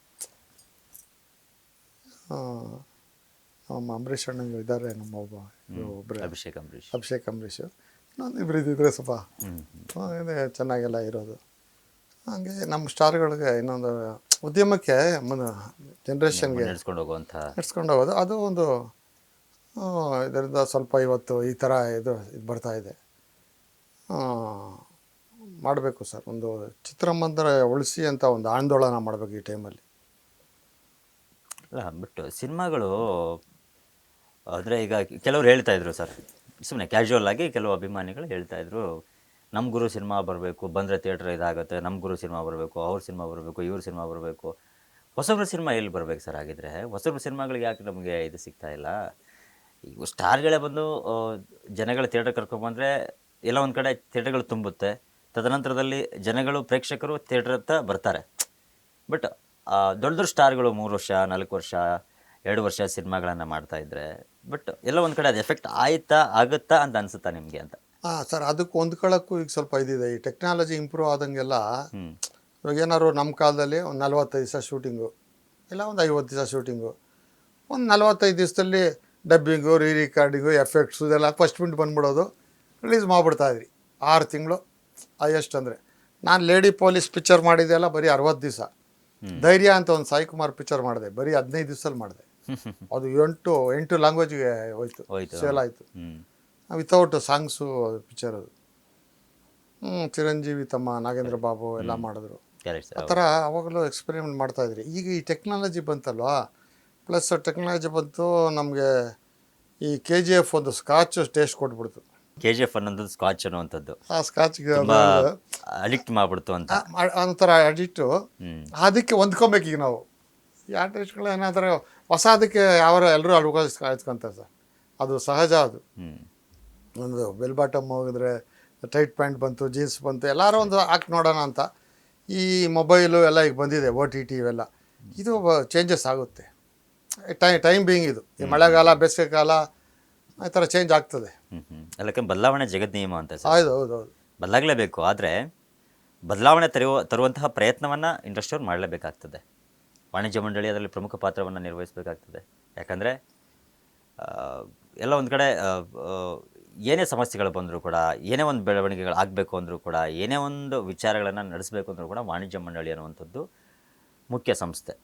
ಸೊ ಇದೇ ನಿಟ್ಟಿನಲ್ಲಿ ಕೆಲವೊಂದಿಷ್ಟು ನನಗೆ ಯಾಕೆ ಪ್ರಶ್ನೆ ಕೇಳ್ತಾ ಇದ್ದೀನಿ ಅಂದರೆ, ವಾಣಿಜ್ಯ ಮಂಡಳಿ ಅನ್ನುವಂಥದ್ದು ಏನಾಗಿದೆ ಅಂದರೆ, ಇವತ್ತು 4-5 ವಾಣಿಜ್ಯ ಮಂಡಳಿಗಳು ಆಗ್ತಾಯಿದೆ ಸರ್. ಸೊ ಈ ಥರ ಆದಾಗ ಯಾವುದನ್ನು ನಂಬಬೇಕು, ಯಾವುದನ್ನು ಬಿಡಬೇಕು ಅಂತ ಒಬ್ಬ ನಿರ್ಮಾಪಕನಿಗೆ, ಒಬ್ಬ ಕಲಾವಿದನಿಗೆ, ಒಬ್ಬ ತಂತ್ರಜ್ಞನಿಗೆ ಆಗುವಂತಹ ಅನುಭವಗಳು ಇವೆಲ್ಲ. ಅಂದರೆ ಮಾತೃ ಸಂಸ್ಥೆನೂ ಒಂದೇ ಸರ್ ನಮ್ಮದು, ವಾಣಿಜ್ಯ ಮಂಡಳಿ, ನಮ್ಮ ಕರ್ನಾಟಕ ಚಲನಚಿತ್ರ ವಾಣಿಜ್ಯ ಮಂಡಳಿ ಅನ್ನುವಂಥದ್ದು ಒಂದೇ. ಈ ಥರದ್ದು ಆದಾಗ ಹೆಂಗೆ ಸರ್? ಇಲ್ಲ ಸರ್, ಈಗಿನ ಪರಿಸ್ಥಿತಿಯಲ್ಲಿ ಇಡೀ ಉದ್ಯಮ ಒಂದಾಗಬೇಕು. ಇಡೀ ಉದ್ಯಮ ಒಂದಾಗಿ ಒಂದು ಆಂದೋಲನ ಮಾಡಬೇಕು ಈಗ, ಒಂದು ಪ್ರತಿಯೊಬ್ಬರು. ಆಮೇಲೆ ಒಬ್ಬರಿಂದ ಆಗಲ್ವಲ್ಲ ಸರ್ ಆಂದೋಲನ ಅನ್ನೋಂಥದ್ದು? ಒಬ್ಬರಿಂದ ಆಗಲ್ಲ, ಎಲ್ಲರೂ ಸೇರ್ಕೊಂಡ್ಬಿಡ್ಬೇಕು ಸರ್. ಈಗ ಸೇರುವಂಥ ಮನಸ್ಥಿತಿಗಳು ಇದೆಯಾ ಅಂತ? ಅಲ್ಲ, ಅದು ಚರ್ಚೆಗಳಾಗಬೇಕು. ಸೇರಿ ಸ್ವಲ್ಪ ಎಲ್ಲರೂ ಸೇರಿಸಿ ಒಂದು ಆಂದೋಲನ ಮಾಡಿ ಥಿಯೇಟ್ರ್ ಉಳಿಸಿ ಈ ಟೈಮಲ್ಲಿ ಒಂದಾಗ್ಬಿಟ್ರೆ ಇದಾಗ್ತದೆ ಸರ್. ಅದಕ್ಕೆ ಹಲವಾರು ಇದಾಗಬೇಕು, ಚರ್ಚೆಗಳಾಗಬೇಕು, ಕೂಟುಗಳಾಗಬೇಕು. ಯಾಕಂದರೆ ಎಲ್ಲರ ಮನಸ್ಥಿತಿಗಳು ಒಂದಿಲ್ಲ ಇವಾಗ. ಇಂಡಸ್ಟ್ರಿಯಲ್ಲಿ ಹೆಂಗಾಗಿದೆ ಅಂದರೆ, ಒಡೆದ ಒಂಥರ ಈ ಸಂಸಾರದ ಮನೆಗಳ ಥರ ಆಗೋಗಿದೆ ಅಂತ ಕೆಲವೊಂದಿಷ್ಟು ಮಾತುಗಳು ಬರ್ತಿರುವಂಥದ್ದು. ಒಬ್ರು ಕಂಡ್ರೆ ಒಬ್ರಿಗಾಗಲ್ಲ ಅನ್ನುವಂಥದ್ದು. ಅಂದರೆ ಆ ನಿಟ್ಟಿನಲ್ಲಿ ನೀವು ನಿಮ್ಮ ಕಾಲಘಟ್ಟದಲ್ಲಿ ಯಾವಾಗ ನೋಡ್ತಾ ಇದ್ದರೆ ಸೆಲೆಬ್ರಿಟಿಗಳು ಅಂದರೆ ಸ್ಟಾರ್ಗಳೆಲ್ಲನೂ ಒಂದೇ ಒಂದು ಅಂದರೆ ಅವಾಗ ಕ್ಯಾರವ್ಯಾನ್ಗಳಂತ ಇರ್ತಾರಲ್ಲ, ಕೆಲವೊಂದಿಷ್ಟು ಮಾತುಗಳು ನಾವು ಕೇಳಿದ್ದೀವಿ ಸರ್. ನಾವು ನೋಡಿಲ್ಲ, ಯಾಕಂದ್ರೆ ನೀವು ನೋಡಿದ್ದೀರಾ. ಬಟ್ ಎಲ್ಲರೂ ಕೂಡ್ತಾ ಇದ್ರು, ಬೆರೀತಾ ಇದ್ವಿ, ಮಾತಾಡ್ತಾ ಇದ್ವಿ, ಇಂಡಸ್ಟ್ರಿ ಬಗ್ಗೆ ಮಾತಾಡ್ತಾ ಇದ್ವಿ, ಎಲ್ಲವನ್ನ ಕುರಿತಾಗಿ ಚರ್ಚೆಗಳು ನಡೀತಾ ಇತ್ತು ಅವತ್ತಿನ ಕಾಲಘಟ್ಟದಲ್ಲಿ. ಬಟ್ ಇವತ್ತು ನಡೀತಾ ಇದೆಯಾ? ಅದು ಕಲಾವಿದರು ಸೇರ್ತಾ ಇದ್ದಾರಾ, ಅಥವಾ ತಂತ್ರಜ್ಞರು ಸೇರ್ತಾ ಇದ್ದಾರಾ, ನಿರ್ಮಾಪಕರು ಮತ್ತು ಸೇರ್ತಾ ಇದ್ದಾರಾ, ನಿರ್ದೇಶಕರು ಸೇರ್ತಾ ಇದ್ದಾರಾ, ಏನಾಗ್ತಾ ಇದೆ ಸರ್ ಅಂತ? ಸರ್ ಇಲ್ಲಿ ಏನಂದರೆ ಎಲ್ಲ ಸಸ್ಪೆನ್ಸಾಗಿ ಹೋಗ್ತಾ ಇದೆ ಗುರುಗಳೇ. ಒಂದು ಪ್ರೊಡ್ಯೂಸರು ಇನ್ನೊಂದು ಪ್ರೊಡ್ಯೂಸರ್ಗೆ ಕರೆಕ್ಟಾಗಿ ಹೇಳಲ್ಲ ಏನು. ಹ್ಞೂ ಆಮೇಲೆ ಒಂದು ಆರ್ಟಿಸ್ಟ್ ಇನ್ನೊಂದು ಆರ್ಟಿಸ್ಟ್ಗೆ ನನಗೆ ಗೊತ್ತಿರೋಂಗೆ ಹೊಂದಾಣಿಕೆ ಕಮ್ಮಿ. ಬೈಕೊಂಬೇಡಿ, ಸರಿ ಆಫ್ ದಿ ರೆಕಾರ್ಡ್ ಹೇಳ್ಬೋದು ಏನೋ ಗೊತ್ತಿಲ್ಲ. 2 men ಸ್ಪಾಯ್ಲ್ ದ ಡಿಶ್ ಅಂತ, ಒಂದು ಊರಿಗೆ ಒಬ್ಬರೇ ಮಹಾರಾಜ ಇರಬೇಕು ಅನ್ನೋ ಹ್ಞೂ ಇದರಲ್ಲಿ ಮನಸ್ಥಿತಿಲಿದ್ದಾರೆ. ಅಸ್ತಿತ್ವದಲ್ಲಿ ಹ್ಞೂ ಸ್ವಲ್ಪ ಎಲ್ಲ ಈಗಾಗ್ತದೆ. ಟೈಮ್ ಬೀಯಿಂಗ್ ಒಂದು 6 ತಿಂಗಳು 3 ತಿಂಗಳು ಇಡೀ ಉದ್ಯಮ ಒಂದಾಗ್ಬಿಡ್ಬೇಕು. ಆಮೇಲೆ ಎಲ್ಲ ಅಧಿಕಾರ ಚಲಾಯಿಸಲಿ. ಎಲ್ಲ ಒಂದಾಗ್ಬಿಟ್ಟು ಎಲ್ಲನೂ ಬಿಟ್ಬಿಟ್ಟು ಫೈಟು ಉದ್ಯಮ ಬೆಳೆಸೋಕ್ಕೆ, ಥಿಯೇಟ್ರ್ ಉಳಿಸಿ ಆಂದೋಲನ ಇರ್ಬೋದು, ಸಿನಿಮಾ ರಂಗ ಬೆಳೆಸಿ ಅಂತ ಒಂದು ಆಂದೋಲನಕ್ಕೆ ಎಲ್ಲ ಒಂದಾಗ್ಬಿಡ್ಬೇಕು ಸರ್. ಏನು ಅದು ಇದನ್ನೇ ಬಿಟ್ಬಿಡ್ಬೇಕೆಲ್ಲ. ನಾನು ಅದು ಎಲ್ಲ ಬಿಟ್ಬಿಟ್ಟು ಒಂದೇ ಒನ್ ರೋಲ್ ಉದ್ಯಮ ಉಳಿಸಿ, ಚಿತ್ರಮಂದಿರ ಉಳಿಸಿ, ಸಿನಿಮಾ ರಂಗ ಬೆಳೆಸಿ ಅಂತ ಸೇರ್ಕೊಂಬಿಟ್ಟು ಏನೋ ಈ ಮಾಡಿಬಿಟ್ರೆ ತಿರ್ಗಾ ಇದನ್ನೊಂದು 100 ವರ್ಷಕ್ಕೆ ಇವ್ರ ಮಕ್ಕಳು ಮೊಮ್ಮಕ್ಕಳು ಪೀಳಿ ಎಲ್ಲ ನೆನೆಸ್ಕೊತಾರೆ ಅವರು. ಅದಕ್ಕೆ ಎಲ್ಲರೂ ಕೈ ಜೋಡಿಸ್ಬೇಕು ಸರ್. ಒಂದು ಕೈಯಿಂದ ಏನಾಗಲ್ಲ. ಬಟ್ಟು ನಮ್ಮಲ್ಲಿ ಸೇರ್ತಾರೆ, ಸ್ವಲ್ಪ ಅವೆಲ್ಲ ಬಿಟ್ಟು ಬರ್ಬೇಕು ಈಚೆಗೆ. ಓಕೆ ಎಲ್ಲರಿಗೂ ಅವನು ಅಕಸ್ಮಾತ್ ಇರುತ್ತೆ ಎಲ್ರಿಗೂ ಸೇರೋಣ ಅಂತ, ಒಂಚೂರು ಮುಜುಗರ ಇರ್ತದೆ. ಅದು ಬಿಟ್ಟು ಬರಬೇಕು. ಬರ್ತದೆ ನಾಯಕ ಬೇಕು, ಉಟ್ಕೊಂತ ಎಲ್ಲ ರೆಡಿ ಆಗ್ತಾ ಇರ್ತಾರೆ. ಇಲ್ಲ ಬರ್ತಾರೆ ಸರ್, ಅದು ಆಗಲೇಬೇಕು ಸರ್. ಅದು ಆದಾಗಲೇ ಇಂಡಸ್ಟ್ರಿಯ ಒಂದು ಮಂಥನ ಆದಮೇಲೆ ಎಲ್ಲ ಬರ್ತದೆ ಈಚೆಗೆ ಅಲ್ವಾ. ಇನ್ನು ಸರ್, ಅಪ್ಪ ಹಾಕಿದ ಹಾಲದ ಮರದ ಕೆಳಗಡೆ ನಿಮ್ಮ ಮಗ ಬೆಳೀತಾ ಇರುವಂಥದ್ದು ಇವಾಗ ಇಂಡಸ್ಟ್ರಿಯಲ್ಲಿ. ಸೊ ಆ ವಿಚಾರವನ್ನು ಮಾತಾಡಬೇಕಾದ್ರೆ, ಯಾಕಂದರೆ ಎಲ್ಲ ಒಂದು ಕಡೆ ಆ ರಕ್ತ, ಸೊ ಅವ್ರಿಗೂ ಏನು ಬಂತ ಅಥವಾ ಹಿಂಗೆ ಹೆಂಗೆ ನಡೀತಾ ಇದೆ ಮಗನ ಕೆಲಸಗಳು, ಹೆಂಗೆ ನಡೀತಾ ಇದೆ, ಏನು ಪ್ಲ್ಯಾನಿಂಗಲ್ಲಿದ್ದೀರಾ ಅಂತ. ಅಣ್ಣ ಏನು ಅನ್ಕೊಂಬಿಡಿ, ನಾನೇನಿದ್ರು 18 ವರ್ಷದವ್ರಿಗೆ ಮಕ್ಕಳು, ಆಮೇಲೆ ಅವ್ರ ಸ್ನೇಹಿತರು, ಅವ್ರವ್ರ ಜೀವನ ಸ್ವತಂತ್ರ. ನಾನು ನನ್ನ ಮಗಳಿಗೆ ಆಗಲಿ ಆದರೂ ಅಷ್ಟೇ, ನಾನು ಮಗಳ ಥರನೇ ಬೆಳೆಸಿಲ್ಲ, ಒಳ್ಳೆ ಮಗನ ಥರನೇ ಬೆಳೆದೆ, ಎಲ್ಲ ಸ್ವತಂತ್ರ ಕೊಟ್ಟೆ ಬೆಳೆಸಿದೆ. ನಮ್ಮ ಮಗನಿಗೂ ಅಷ್ಟೇ 18 ವರ್ಷದವರೆಗೂ ನಾವು ಹಂಗೆ ಮಾಡು ಅಂತ ಹೇಳ್ತಾರೆ. ಈಗ ಹೇಳೋಕ್ಕೆ ಹೋಗೋಕ್ಕಿಲ್ಲ, ಅವ್ರಿಗೆ ಗೊತ್ತಾಗಬೇಕು ಸರ್ ಎಲ್ಲ. ನಿಮಗೂ ಜ್ವರ ಬಂದರೆ ನಾನು ಮಾತ್ರ ತೊಗೊಬಾರ್ದು, ನೀವೇ ಜಾತ್ರೆ ತೊಗೊಬೇಕು. ಸ್ವಯಂ ಆದಾಗ ಅವ್ರೇನು ಏನಾಗ್ತಾರೆ ಅಂದರೆ ಮಾಗ್ತಾರೆ. ಎಕ್ಸ್ಪೀರಿಯನ್ಸಸ್ ಮೇಕ್ಸ್ ಮ್ಯಾನ್ ಪರ್ಫೆಕ್ಟ್ ಅಂತ. ಇಲ್ಲಾಂದರೆ ನಾವು ಅವ್ರ ಮೇಲೆ ಅವ್ರ ಅಬ್ಸರ್ವೇಷನಲ್ಲಿದ್ದರೆ ನಾವು ಅವ್ರಿಗೇನೋ ಹೇಳ್ಕೊಟ್ರೆ ಇಲ್ಲಿ ಡಿಪೆಂಡ್ ಆಗ್ಬಿಡ್ತಾರೆ. ಅದಕ್ಕೆ ಅಪ್ನಾಥ್ ಜಗನ್ನಾಥ್ ಅವರೇ ಬೆಳೀಲಿ ಸರ್. ಇಲ್ಲ ಸರ್, ಯಾಕಂದರೆ ಇಂಡಸ್ಟ್ರಿ ಅನ್ನುವಂಥದ್ದು ಯಾರ ಸ್ವತ್ತುಗಳಲ್ಲ. ನನ್ನ ಉದ್ದೇಶ ನನಗೆ ನಮ್ಮ ಮಕ್ಕಳು, ಕುಟುಂಬ, ನಮ್ಮ ಸ್ನೇಹಿತರು ಬರೀ ಏನೋ ಇದೇ ಇಲ್ಲ ಸರ್. ನನಗೆ ಇಡೀ ಉದ್ಯಮ ಬೆಳಿಬೇಕು, ಇಡೀ ಉದ್ಯಮ ಬೆಳಿಬೇಕು, ಸಿನಿಮಾ ಉದ್ಯಮನೇ ಬೆಳಿಬೇಕು ಸರ್. ನಾವೊಬ್ಬ ಸರ್ ಇವಾಗ ಎಲ್ಲ ಒಬ್ಬರು ಬೆಳೆ ಬೆಳೆದ್ಬಿಟ್ಟು ಬೇರೆ ರೈತರು ಸುಮ್ಮನಿದ್ರೆ ಏನು ಸುಖ. ಎಲ್ರಿಗೂ ಬೆಳೆ ಆದಾಗಲೇ ಸುಗ್ಗಿ ಹಬ್ಬ ಮಾಡೋದು. ಒಂದು ಸಿನಿಮಾ ಹಿಟ್ ಆದ್ರೆ ಇಂಡಸ್ಟ್ರಿ ಬೆಳಿಬೇಕು ಗುರುಗಳೇ, ಇಂಡಸ್ಟ್ರಿ ಬೆಳಿಬೇಕು, ಉದ್ಯಮ ಬೆಳಿಬೇಕು. ಒಟ್ಟಾರೆಯಾಗಿ ಸರ್, ಕೊನೆಯದಾಗಿ ವಾಣಿಜ್ಯ ಮಂಡಳಿ ಕಡೆಯಿಂದ ಒಬ್ಬ ಉಪಾಧ್ಯಕ್ಷರಾಗಿ ಸಿನಿಮಾ ವಾಣಿಜ್ಯ ಮಂಡಳಿಯ ನೀವು ಕೂಡ ಒಂದು ಭಾಗವಾದಂಥವರು, ಚಿತ್ರರಂಗ ಉಳಿವಿಕೆಗೆ ಮತ್ತು ಬೆಳವಣಿಗೆಗೆ ಕೆಲವೊಂದಿಷ್ಟು ಕ್ರಮಗಳನ್ನು ತೆಗೆದುಕೊಂಡಿದ್ದಾರೆ ಅನ್ನೋಂಥ ಕೆಲವೊಂದಿಷ್ಟು ಮಾತುಗಳು ಬಂದಿರುವಂಥದ್ದನ್ನು ನಾವು ನೋಡ್ತಾ ಇದ್ದೀವಿ. ಬಟ್ ಏನೆಲ್ಲ ಕ್ರಮಗಳನ್ನು ವಾಣಿಜ್ಯ ಮಂಡಳಿ ಅತಿ ಶೀಘ್ರದಲ್ಲಿ ತಗೋಬಹುದು ಮತ್ತು ಒಬ್ಬ ನಿರ್ಮಾಪಕನಿಗಿರ್ಬೋದು, ಕಲಾವಿದರಿಗಿರ್ಬೋದು, ತಂತ್ರಜ್ಞರಿಗಿರ್ಬೋದು, ಸಿನಿಮಾ ರಂಗಕ್ಕಿರಬಹುದು, ಏನೆಲ್ಲ ಮಾಡಬಹುದು ಅಂತ ಒಂದಿಷ್ಟು ಭರವಸೆಯನ್ನು ಕೊಡಬಲ್ರಿ ನೀವು ಅಂತ. ಸರ್, ಹಲವಾರು ಚರ್ಚೆಗಳು ನಡೀತವೆ. ಆ ಚರ್ಚೆಗಳಲ್ಲಿ ಸಾಮಾನ್ಯ ಮನಸ್ಸುಗಳೆಲ್ಲ ಡಿಸೈಡ್ ಆಗಿ ಒಂದು 100 ಯೋಚನೆಗಳು ಮಾಡಿದ್ರೆ 1-2 ಅನುಷ್ಠಾನಕ್ಕೆ ಬರುತ್ತೆ. ಈಗ ಸ್ಟುಡಿಯೋ ಮಾಡೋಕ್ಕೆ 500 ಕೋಟಿ ರೂಪಾಯಿ ಎತ್ತಿಟ್ಟಿದ್ದಾರೆ ಗೌರ್ಮೆಂಟಲ್ಲಿ. ಆಮೇಲೆ 200 ರೂಪಾಯಿ ticket rate of admission rate of admission strict ಮಾಡಿದ್ದಾರೆ. ಆಮೇಲೆ ಇಂಡಸ್ಟ್ರಿ ಅಂತ ಘೋಷಣೆ ಮಾಡಿದ್ದಾರೆ. ಮೊದಲಾದರೆ ಈ ಪ್ರೈವೇಟು ಅದ್ರ ಮೇಲೆ ಡಿಪೆಂಡ್, ಇಂಡಸ್ಟ್ರಿ ಅಂತ ಒಂದು ಇದು ಮಾಡಿದ್ದಾರೆ. ಇನ್ನೂ ಹಲವಾರು ಕೆಲಸಗಳು ಆಗ್ತಾಯಿದೆ ಸರ್ ಒಳಗಡೆ. ಈಗ ನಮ್ಮ ನರಸಿಂಹರವ್ರ ಅಧ್ಯಕ್ಷರಾದ ಮೇಲೆ ತುಂಬ ಚೆನ್ನಾಗಿ ಸ್ಮೂತಾಗಿ ನಡೀತಾ ಇದೆ ಎಲ್ಲನೂ, ಪ್ರತಿಯೊಂದೂ. ಆಮೇಲೆ ಮೊನ್ನೆ ನಮ್ಮ ಕಮಲಾಸ್ ಪಿಕ್ಚರ್ ಕನ್ನಡ ಇದಕ್ಕೆ ನೋಡಿ, ನಮ್ಮ ಅಧ್ಯಕ್ಷರು, ನಮ್ಮ ಹೈಕಮಾಂಡ್ ಸಾರಾ ಗೋವಿಂದ್ ಅವರು ಎಲ್ಲರೂ ಒಗ್ಗಟ್ಟು ನಿಂತ್ಕೊಂಡು, ಆಮೇಲೆ ಕನ್ನಡ ರಕ್ಷಣಾ ಪಡೆ ಎಲ್ಲ ನಿಂತ್ಕೊಂಡು ನಮ್ಮ ಕನ್ನಡ ತನ ಉಳಿಸಿದ್ರು. ಭಾಷೆ, ಜಲ, ನೀರು ಅಂತಾಗ ನೋಡಿ ಇವಾಗ ರಿಲೀಸ್ ಆಗಲಿ ಬಿಡಲಿಲ್ಲ. ಹ್ಮ್. ಅಂದರೆ ಅದು ನಾನು ಏನದು ಒಗ್ಗಟ್ಟು ಫಸ್ಟ್ ನಾವು ಕರೆಕ್ಟ್. ಚೆನ್ನಾಗಿದ್ರೆ ಪ್ರಪಂಚ. ನಮ್ಮ ಕನ್ನಡ ಭಾಷೆ, ನಮ್ಮ ಕನ್ನಡ, ಹೌದು ನಮ್ಮದೇ ಹೌದು ಆದಂತಹ ಒಂದಿದೆ ಸರ್. ಅದು ತಾಯಿನಾಡು ಇವೆಲ್ಲ ಬಂದಾಗ ಅದನ್ನ ಬಿಟ್ಕೊಡಕ್ಕೆ ಆಗಲ್ಲ. ಅದು ಫಸ್ಟ್ ಆ ಥರ ಇಲ್ಲಿ ಕೆಲಸಗಳು ಚೆನ್ನಾಗಿ ನಡೀತಾ ಇದೆ. ಆಮೇಲೆ ಇನ್ನೂ ಸುಮಾರು ಎಲ್ಲ ಚರ್ಚೆಗಳನ್ನ ನಡೀತವೆ. ಮಂಥನ ಆಗ್ತಾ ಇದೆ ಸರ್, ಮಂಥನ ಆಗ್ತದೆ. ಆಮೇಲೆ ಎಲ್ರೂ ಒಂದು ಇದ್ರಲ್ಲಿ ಕರ್ಕೊಂಡು ಹೋಗೋಕ್ಕೆ ಎಲ್ಲ ಒಂದು ಇದಕ್ಕೆ ಎಲ್ಲ ಹಲವಾರು ಪ್ರಮುಖರ ಜೊತೆ ಎಲ್ಲ ಮಾತುಕತೆಗಳು ನಡೀತವೆ, ಬದಲಾವಣೆಗಳಾಗ್ತವೆ, ರಿಫ್ರೆಶ್ ಆಗ್ತದೆ. 90 ವರ್ಷ ಇತಿಹಾಸ ಇರೋ ವಾಣಿಜ್ಯ ಮಂಡಳಿ ಅದು ಏನೇ ಇದಾದ್ರೂ ಅಲ್ಲಾಡಲ್ಲ. ಅದು ಅಲ್ಲಿ ಹಲವಾರು ಬದಲಾವಣೆಗಳಾಗ್ತದೆ. ಉದ್ಯಮಕ್ಕೆ ಅನುಕೂಲ ಆಗೋ ಥರ ನಡ್ಕೊಳ್ಳೋರು ಇದ್ದಾರೆ. ನಾನು ಅಬ್ಸರ್ವ್ ಮಾಡಿದ್ದೀನಿ ಅಲ್ಲಿ ಕೆಲವ್ರನ್ನೆಲ್ಲ. ಪರ್ಸೆಂಟೇಜ್ ಕಮ್ಮಿ ಸ್ವಾರ್ಥ ಇರೋರು ಎಲ್ಲ ಒಂದು ಪೂರಕವಾಗಿರೋರೇ ಇದ್ದಾರೆ. Yes sir. ಇಲ್ಲ, ಆದಷ್ಟು ಬೇಗ ಸರ್ ನಿಮ್ಮ ಏನು ಕೆಲಸಗಳಿದೆ, ವಾಣಿಜ್ಯ ಮಂಡಳಿಯ ಕೆಲಸಗಳು ಆದಷ್ಟು ಬೇಗ ಕಾರ್ಯರೂಪಕ್ಕೆ ಬರಲಿ ಅಂತ ನಾವು ಕೂಡ ಕೇಳ್ಕೊಳ್ಳೋಕೆ ಇಷ್ಟಪಡ್ತೀವಿ. ಯಾಕಂದರೆ ಇಂಡಸ್ಟ್ರಿ ಉಳಿದ್ರೆ ಎಷ್ಟೋ ಫ್ಯಾಮಿಲಿಗಳು ಉಳಿಯುತ್ತೆ, ಎಷ್ಟೋ ಕಲಾವಿದರು ಬದುಕ್ತಾರೆ, ಎಷ್ಟೋ ತಂತ್ರಜ್ಞರಿಗೆ ಒಂದು ಅನ್ನ ಸಿಗುತ್ತೆ, ಎಲ್ಲವೂ ನಡೆಯುತ್ತೆ ಸರ್. ಹಾಗಾಗಿ ನಿಮ್ಮ ಕೆಲಸಗಳು ಆದಷ್ಟು ಬೇಗ ಕಾರ್ಯರೂಪಕ್ಕೆ ಬರಲಿ, ಒಳ್ಳೆಯದಾಗಲಿ ಕೂಡ ಸರ್ ನಿಮಗೆ ಅಂತ ಹೇಳ್ತಾ ಇದ್ದೀನಿ sir. Thank you so much ನಮ್ಮ ಕಾರ್ಯಕ್ರಮಕ್ಕೆ ಬಂದಿದ್ದಕ್ಕೆ. So thank you so much sir. Yes, ನೋಡಿದ್ರಲ್ಲ ವೀಕ್ಷಕರೇ, ಇವತ್ತು ನಾವು ಶಿಲ್ಪಾ ಶ್ರೀನಿವಾಸ್ ಸರ್ ಜೊತೆಗೆ ಸಾಕಷ್ಟು ವಿಚಾರಗಳನ್ನು ಮಾತಾಡಿದ್ವಿ. ಅವರ ಸಿನಿಮಾ ಜರ್ನಿ, ಅವರ ಏಳು ಬೀಳುಗಳು, ಅವರ ಅನುಭವದ ಮಾತುಗಳನ್ನು ಕೇಳಿದ್ವಿ. ಇದೇ ರೀತಿ ಮುಂದಿನ ಕಾರ್ಯಕ್ರಮದಲ್ಲಿ ಮತ್ತೊಬ್ಬ ವಿಶೇಷ ಅತಿಥಿಯೊಂದಿಗೆ ಭೇಟಿ ಆಗ್ತೀನಿ. ಅಲ್ಲಿವರೆಗೂ ನೋಡ್ತಾ ಇರಿ ಅಶ್ವವೇಗ ನ್ಯೂಸ್. ನಾನು ರವಿಕುಮಾರ್.